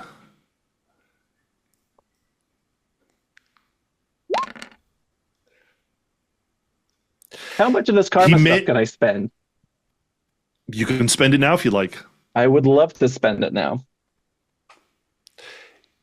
He tries to run past you, but you are just a brick wall, and he stops right in front of you and goes to swing his weapon at you, his iron bar. I'm going to catch his hand, and then with the mechanical rasp hand, get him with a 1-2. He collapses. Now 2 of these engineers and no one at the helm of the ship, of the train. Okay, so I'm going to go one by one. I'm going to look for a place to stash them where they are difficult to find. There is not a lot of space in this train engine. However, there is the most amount of room is in the furnace. Well, or the floor. I look for a key. Do they have keys to this? Sure enough, the room? third engineer you just knocked out has a set of keys. I will stack the 3 of them unconscious in here. I look to see if one of them approaches my build at all. One of them does. Big burly guy. I'm going to strip down and I'm going to swap into the train engineer's outfit. Wendell, Dr. Brass? Doctor, I think something may have gone wrong. You've presented us with a challenge, how to get the doctor away from the bodyguards. Well, There is a way. How's your climbing? We could get up to the front car, drop down, and unattach the rest of the train. They wouldn't even notice for a while. They would slow down, but we would keep going. And the bodyguards are they're not in the doctor's cabin, so they might not even notice either. they might be in the same car as him. Well, were they, or were they in guard outside?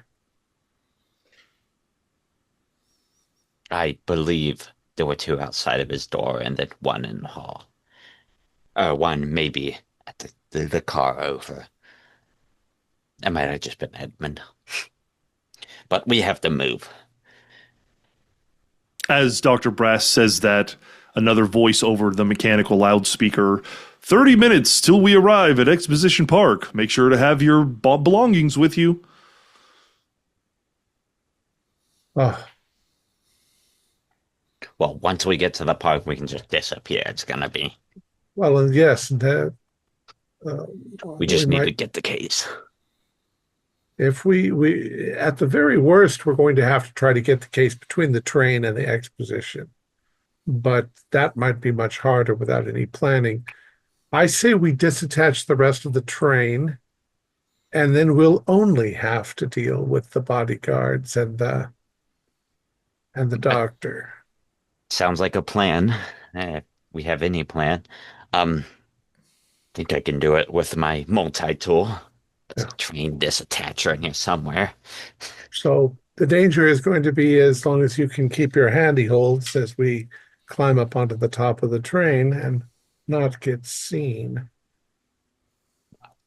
So hopefully the engineers won't notice.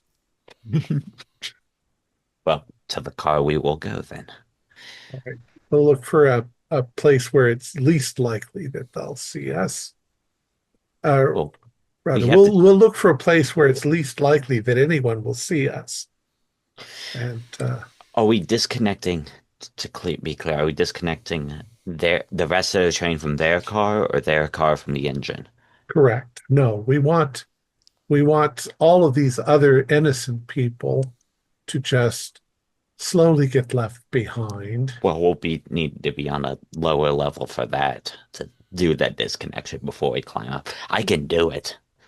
We'll have to, what we're going to do is climb onto the top, get up to the junction, then climb back down. And then I believe it's a thing that you disconnect and the train just slows down, except we'll be going full speed. Ah, what a day. I hope they're paying us well for this. But you said anti-gravity. My goodness. Imagine. Let's go. All right. So we will try to sneakily climb up onto the train. And Roll, Dr. Brass.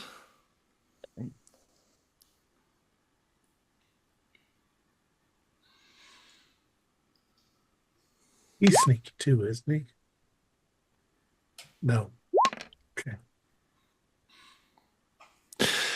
The two of you are able to get back to the previous compartment, the coach compartment, where no one's really paying attention. You're able to climb up and get across. Find yourself at the proper junction where you want to disconnect. And we will climb down. I can do it. Yes. And I'll keep guard. If anybody pops their head out, I'll poke them in the head. I'll crouch below the door so they can't see me, and with my handy dandy do-all multi-tool, I'm going to disconnect the train. Roll with Bane. Bane. Ooh. 2d6, take the lowest.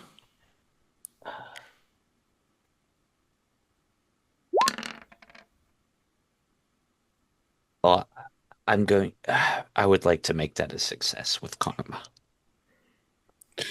There is a guard guarding the door. He is in the second compartment with his back to you. He does not notice you as you climb down, jump. There's a small sound of you making noise on the platform. He kind of looks back for a second, but you're already gone, and he turns back, and without issue, you can start working on disconnecting the train. Edmund.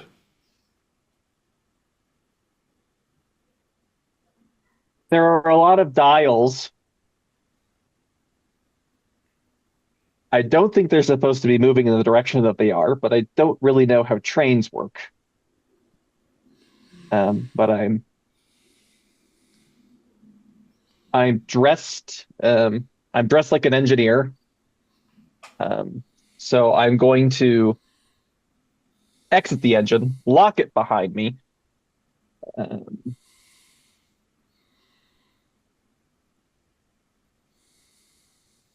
And I'll go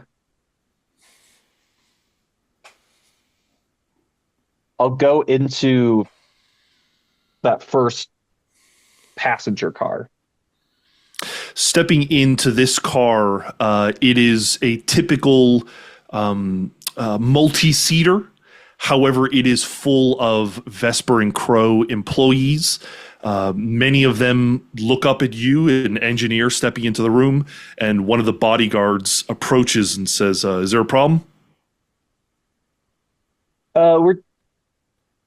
We've gotten reports of that there might be a gas leak coming from the engine. It's a byproduct of burning coal. So. Okay, and is something I need to inform people about, or?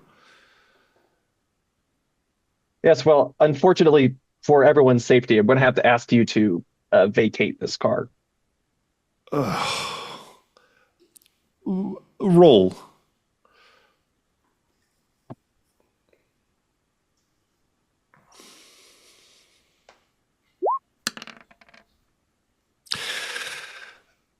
he says, oh God, these people are gonna be really upset about this, but fine, folks. He turns around and he informs everyone, time to go, and everyone, all right, everybody starts getting up, grabbing their bags, and moving into the next train compartment behind.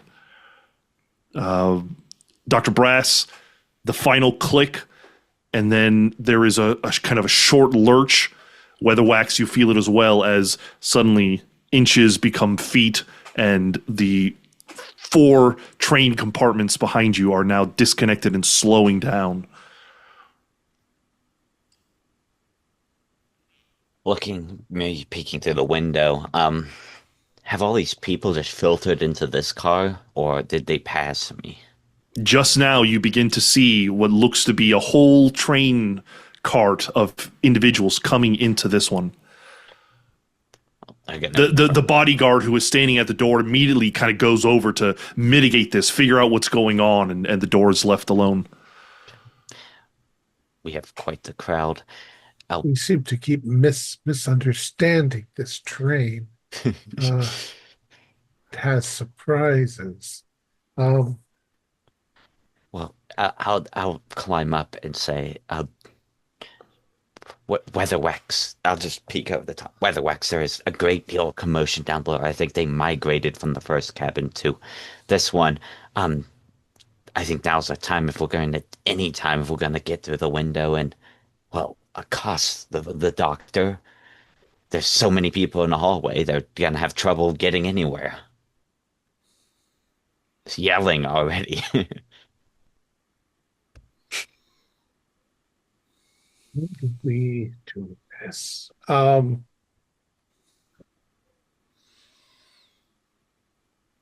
Which room was he in? Which cabin? Is it on this side? The third one in? I believe number 4 on the right.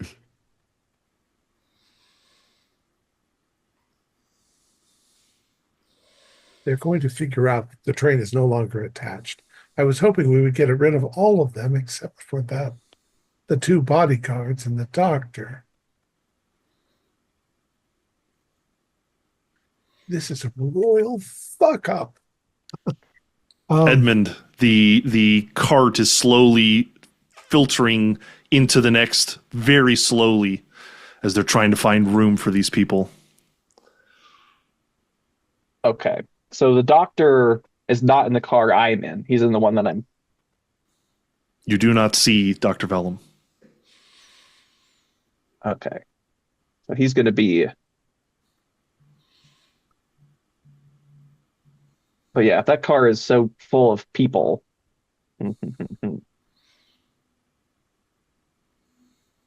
I'm going to start pushing, like, for your safety, you have to exit this car. You have to make room. I'm going to get everyone out of this car. You're able to speed up the process. Many of the individuals, there's no need to push, and you're just shoving them into this very tight hallway. Dr. Brass, looking down the hall, you see that the guards are doing their best to kind of shuffle people into the other compartments, many of them already filled. But one of them eventually turns and starts walking towards the door that you're standing behind.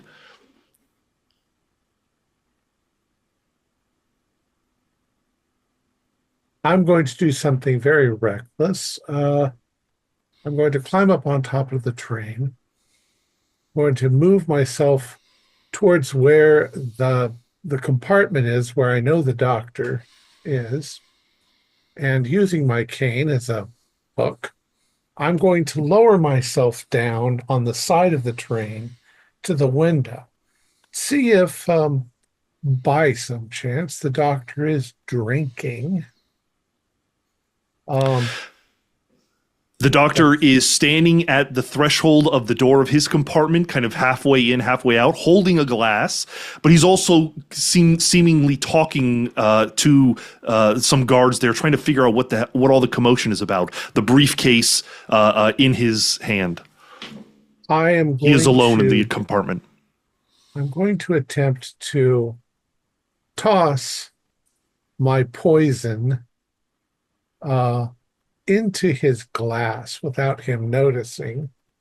It's really crazy, but You're going to roll with Bane. 2. That's a failure. Ah, You throw the item knowing that it's going to break the glass, but hoping that it could get I'll into. I'll spend karma to make it a success. I forget about karma. The glass breaks and the item falls into the drink. But he looks over to hear the sound of the breaking glass and sees you dangling over the side. What in the world? Damn it. I guess at this point I will swing into the room through the window. Glass shatters, the rest of it easily as you come in and land on your feet.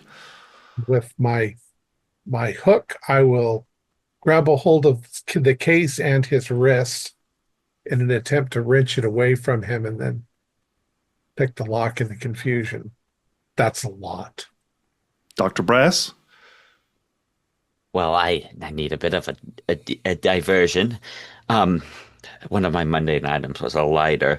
I'm going to just take off my coat and attempt to light it on fire with my, sort of like a steampunkish lighter, and just push it into the hallway. So now there's just smoke billowing up and more chaos. Roll with Boone.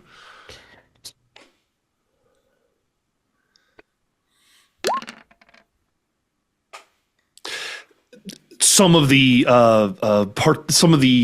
folks on the train yell, "Fire! Fire!" And 2 of the bodyguards who are guarding the door rush over to deal with it, trying to stamp it out quickly enough, but it's already kind of caught onto the carpet. Edmund. Once I've successfully sardined everyone into the next car, does my key? I'm going to try to lock the door with my key. It locks with a click. Okay, with them trapped in there and locked. I don't know what Wendell and Dr. Brass have been doing. So I'm going to go get up to the top of the train. Just as you begin to leave the cart and climb up, you can hear banging on the glass. There's a fire! Let us out! There's a fire! Weatherwax, mayhem in the hallway, but you've got the doctor with your hook. I don't think I'm going to be able to unlock it. So I say, "I'm sorry, sir, but with the greatest respect for you scientists, I'm going to slice his hand off Roll with Boone. with my knife."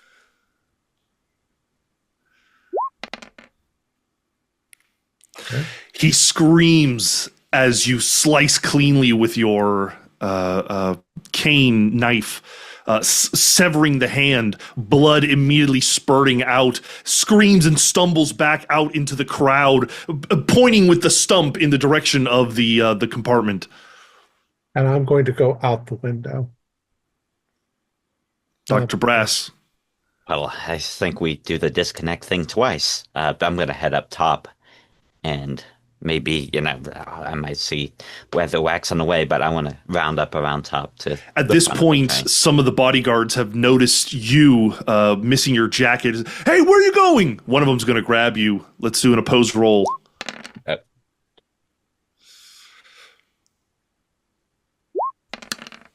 Oh, Failure. He's able to grab your leg as you are climbing up the stairs. He's holding on to you, trying to pull you down. Edmund. Climbing to the top of the train, you can see Dr. Brass halfway up, seemingly being pulled down. So I see Dr. Brass getting pulled down. Do I see Wendell? Not yet. I'm going to run across the top to go to Dr. Brass. You see one of the bodyguards, Vesper and Crow, holding on to him, trying to pull him down, Brass hanging on to the stairs.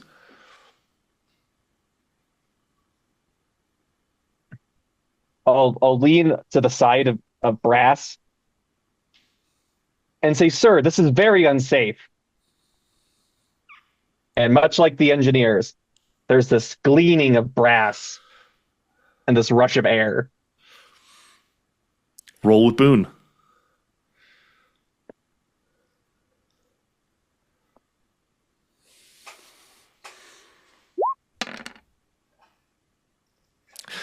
Your mechanical arm hits this individual. He lets loose of Dr. Brass and falls off the back of the train, disappearing in a tumble on the tracks.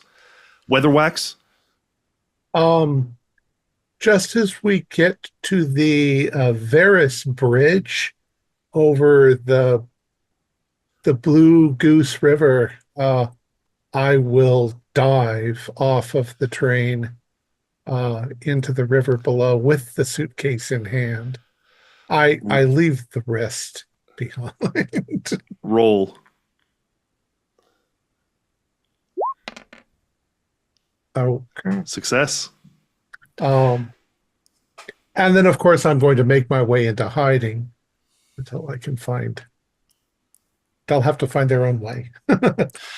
Dr. Brass, or Edmund, you're on the top of the train, which has now entered the exposition park. However, it speeds past the train station, flying past individuals waiting there with banners and signs, and it just rips past everything, many of them screaming and falling backwards.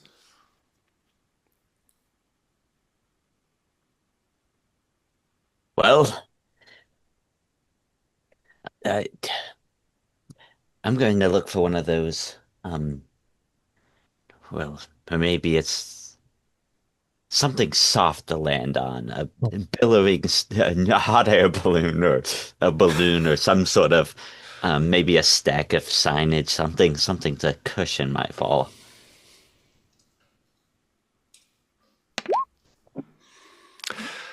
There is, as you are careening past the station, there is a hot air balloon that is slowly rising, just enough time to leap on it with the right timing.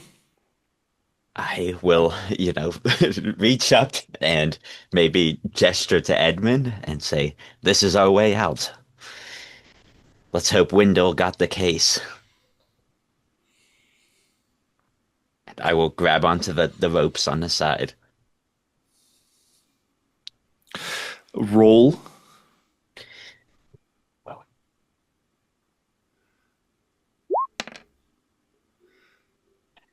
I would like to spend a karma. Success. You slide for a moment down, but are able to grab onto a rope and stop. Edmund. You can see that there are bodyguards climbing up, trying to join you. I will leap. I will leap for the hot air balloon. Roll.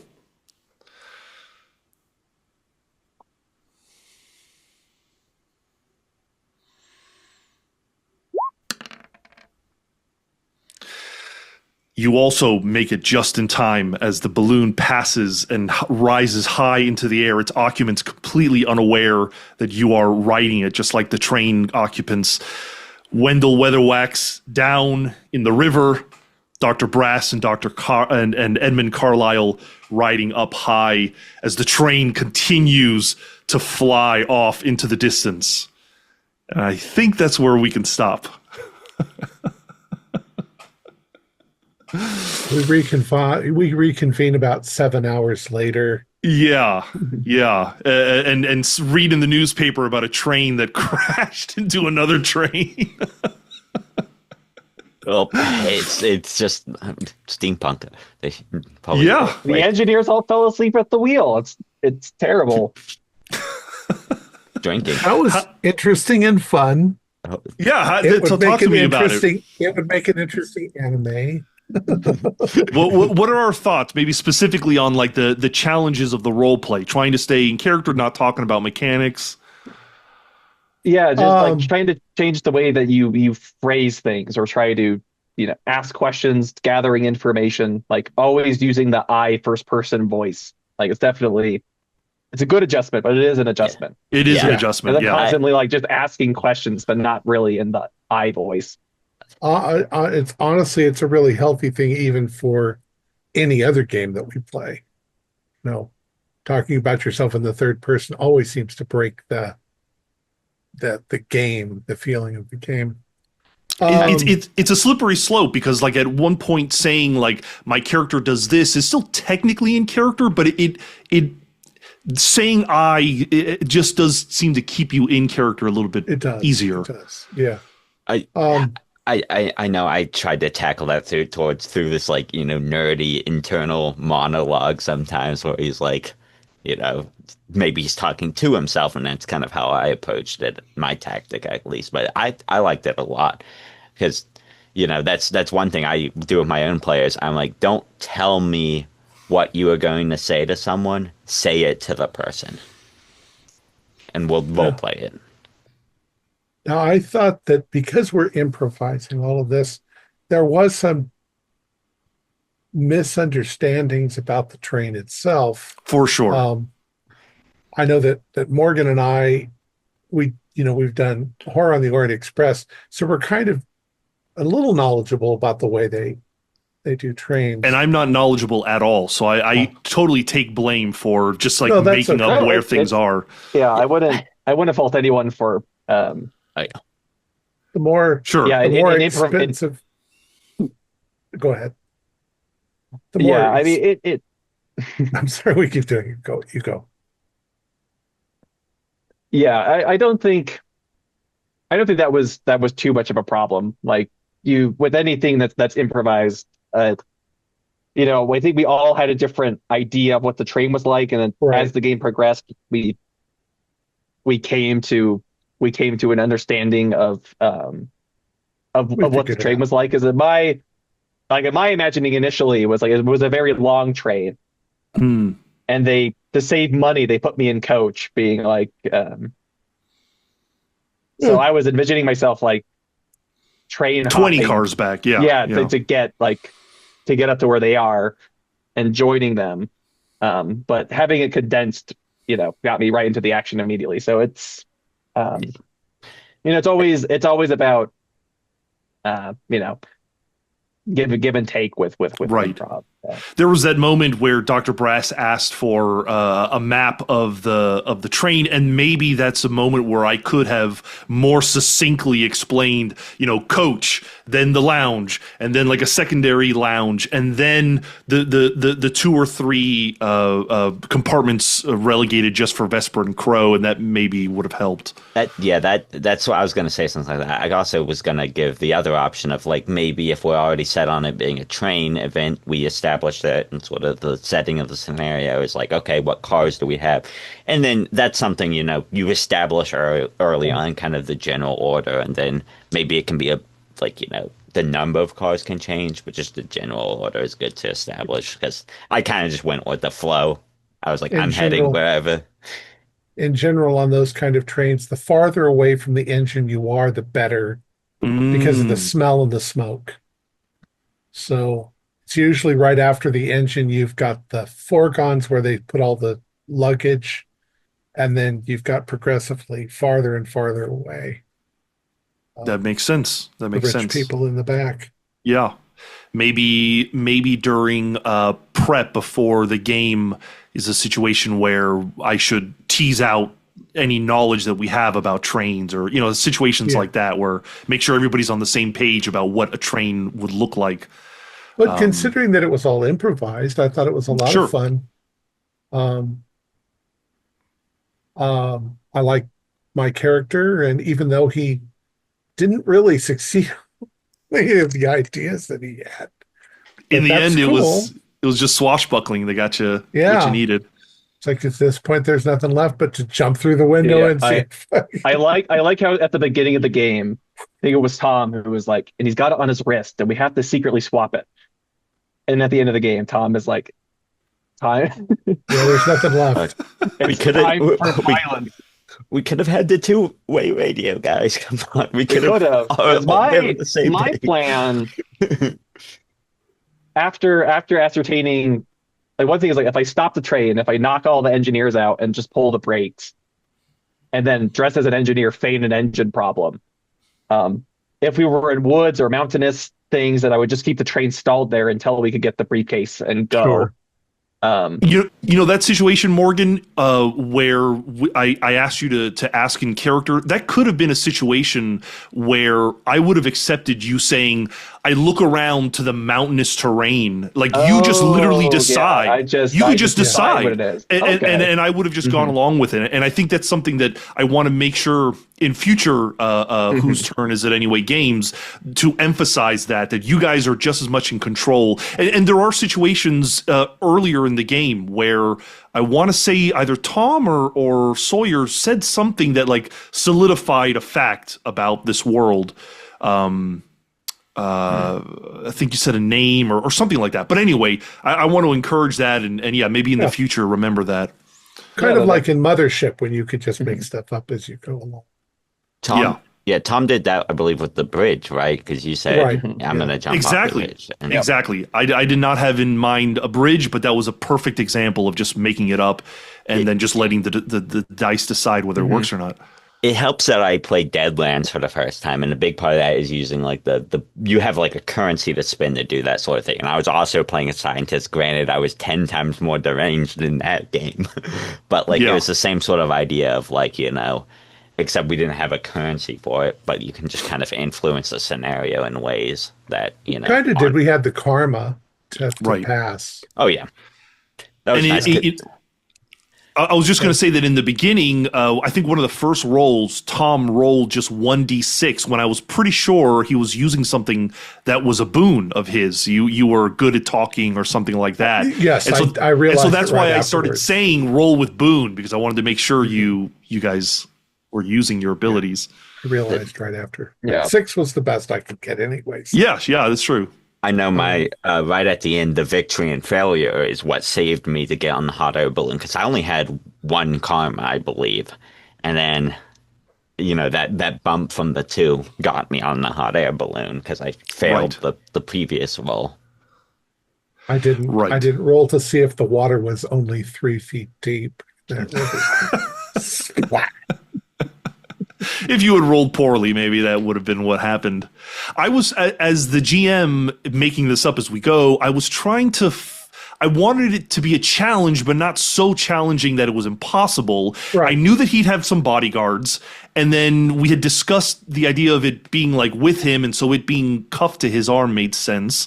Those were, and then as I was thinking, I just thought, I don't know if I want anything else like to be a challenge beyond just there being eyewitnesses and stuff like that. Did you guys feel like it was obnoxiously difficult, or just because I noticed there was a lot of like waiting and trying to decide what to do? The challenge. Go ahead, Morgan. Yeah, I was trying to figure out a way to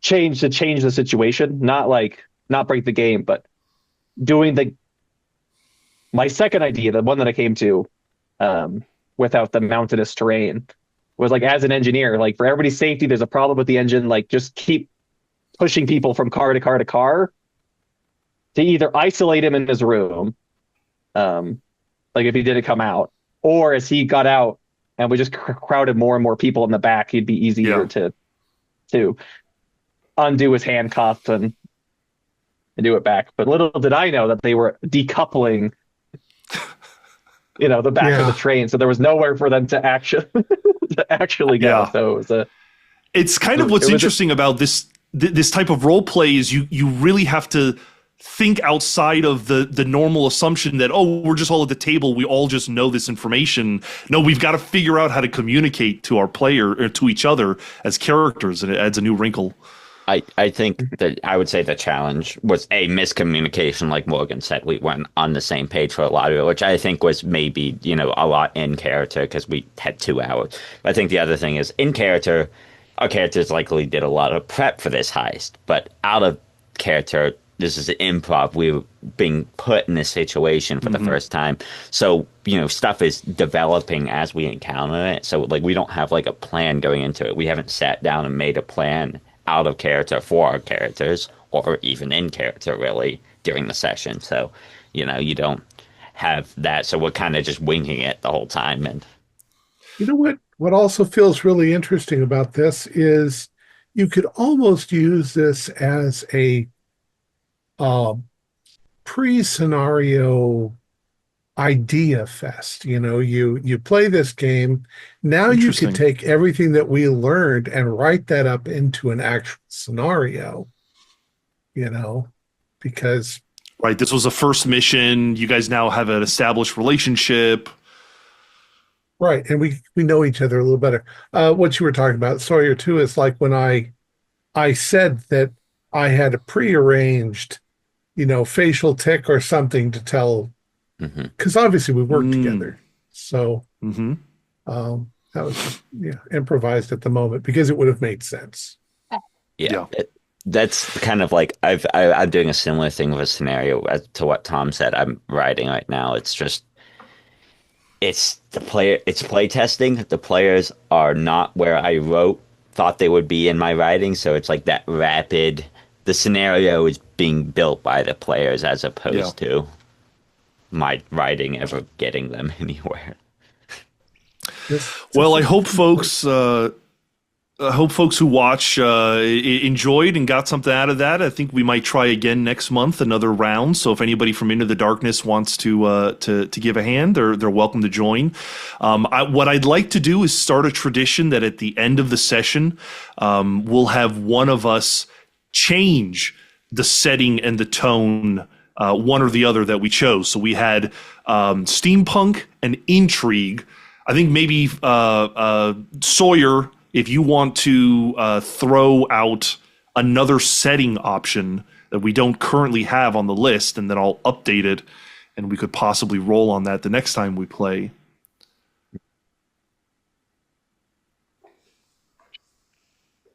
If anyone else, I'll leave this open. Yeah, everyone else is welcome to add an idea as well.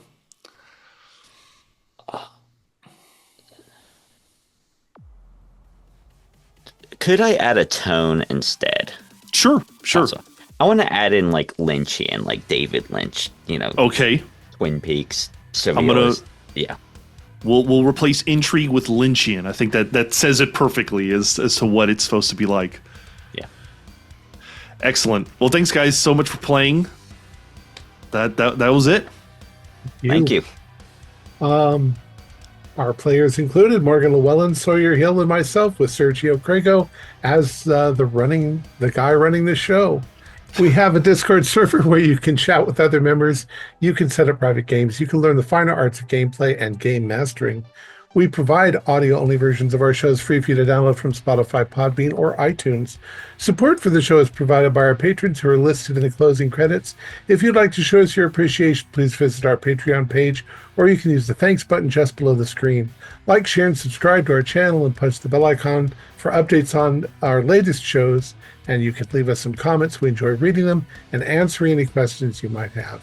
This is Thom, Raley, together with all the members of our gaming club, inviting you to journey with us once again into the darkness for another adventure into the world of role-playing games, experimental or otherwise. Until next time, good luck, good gaming.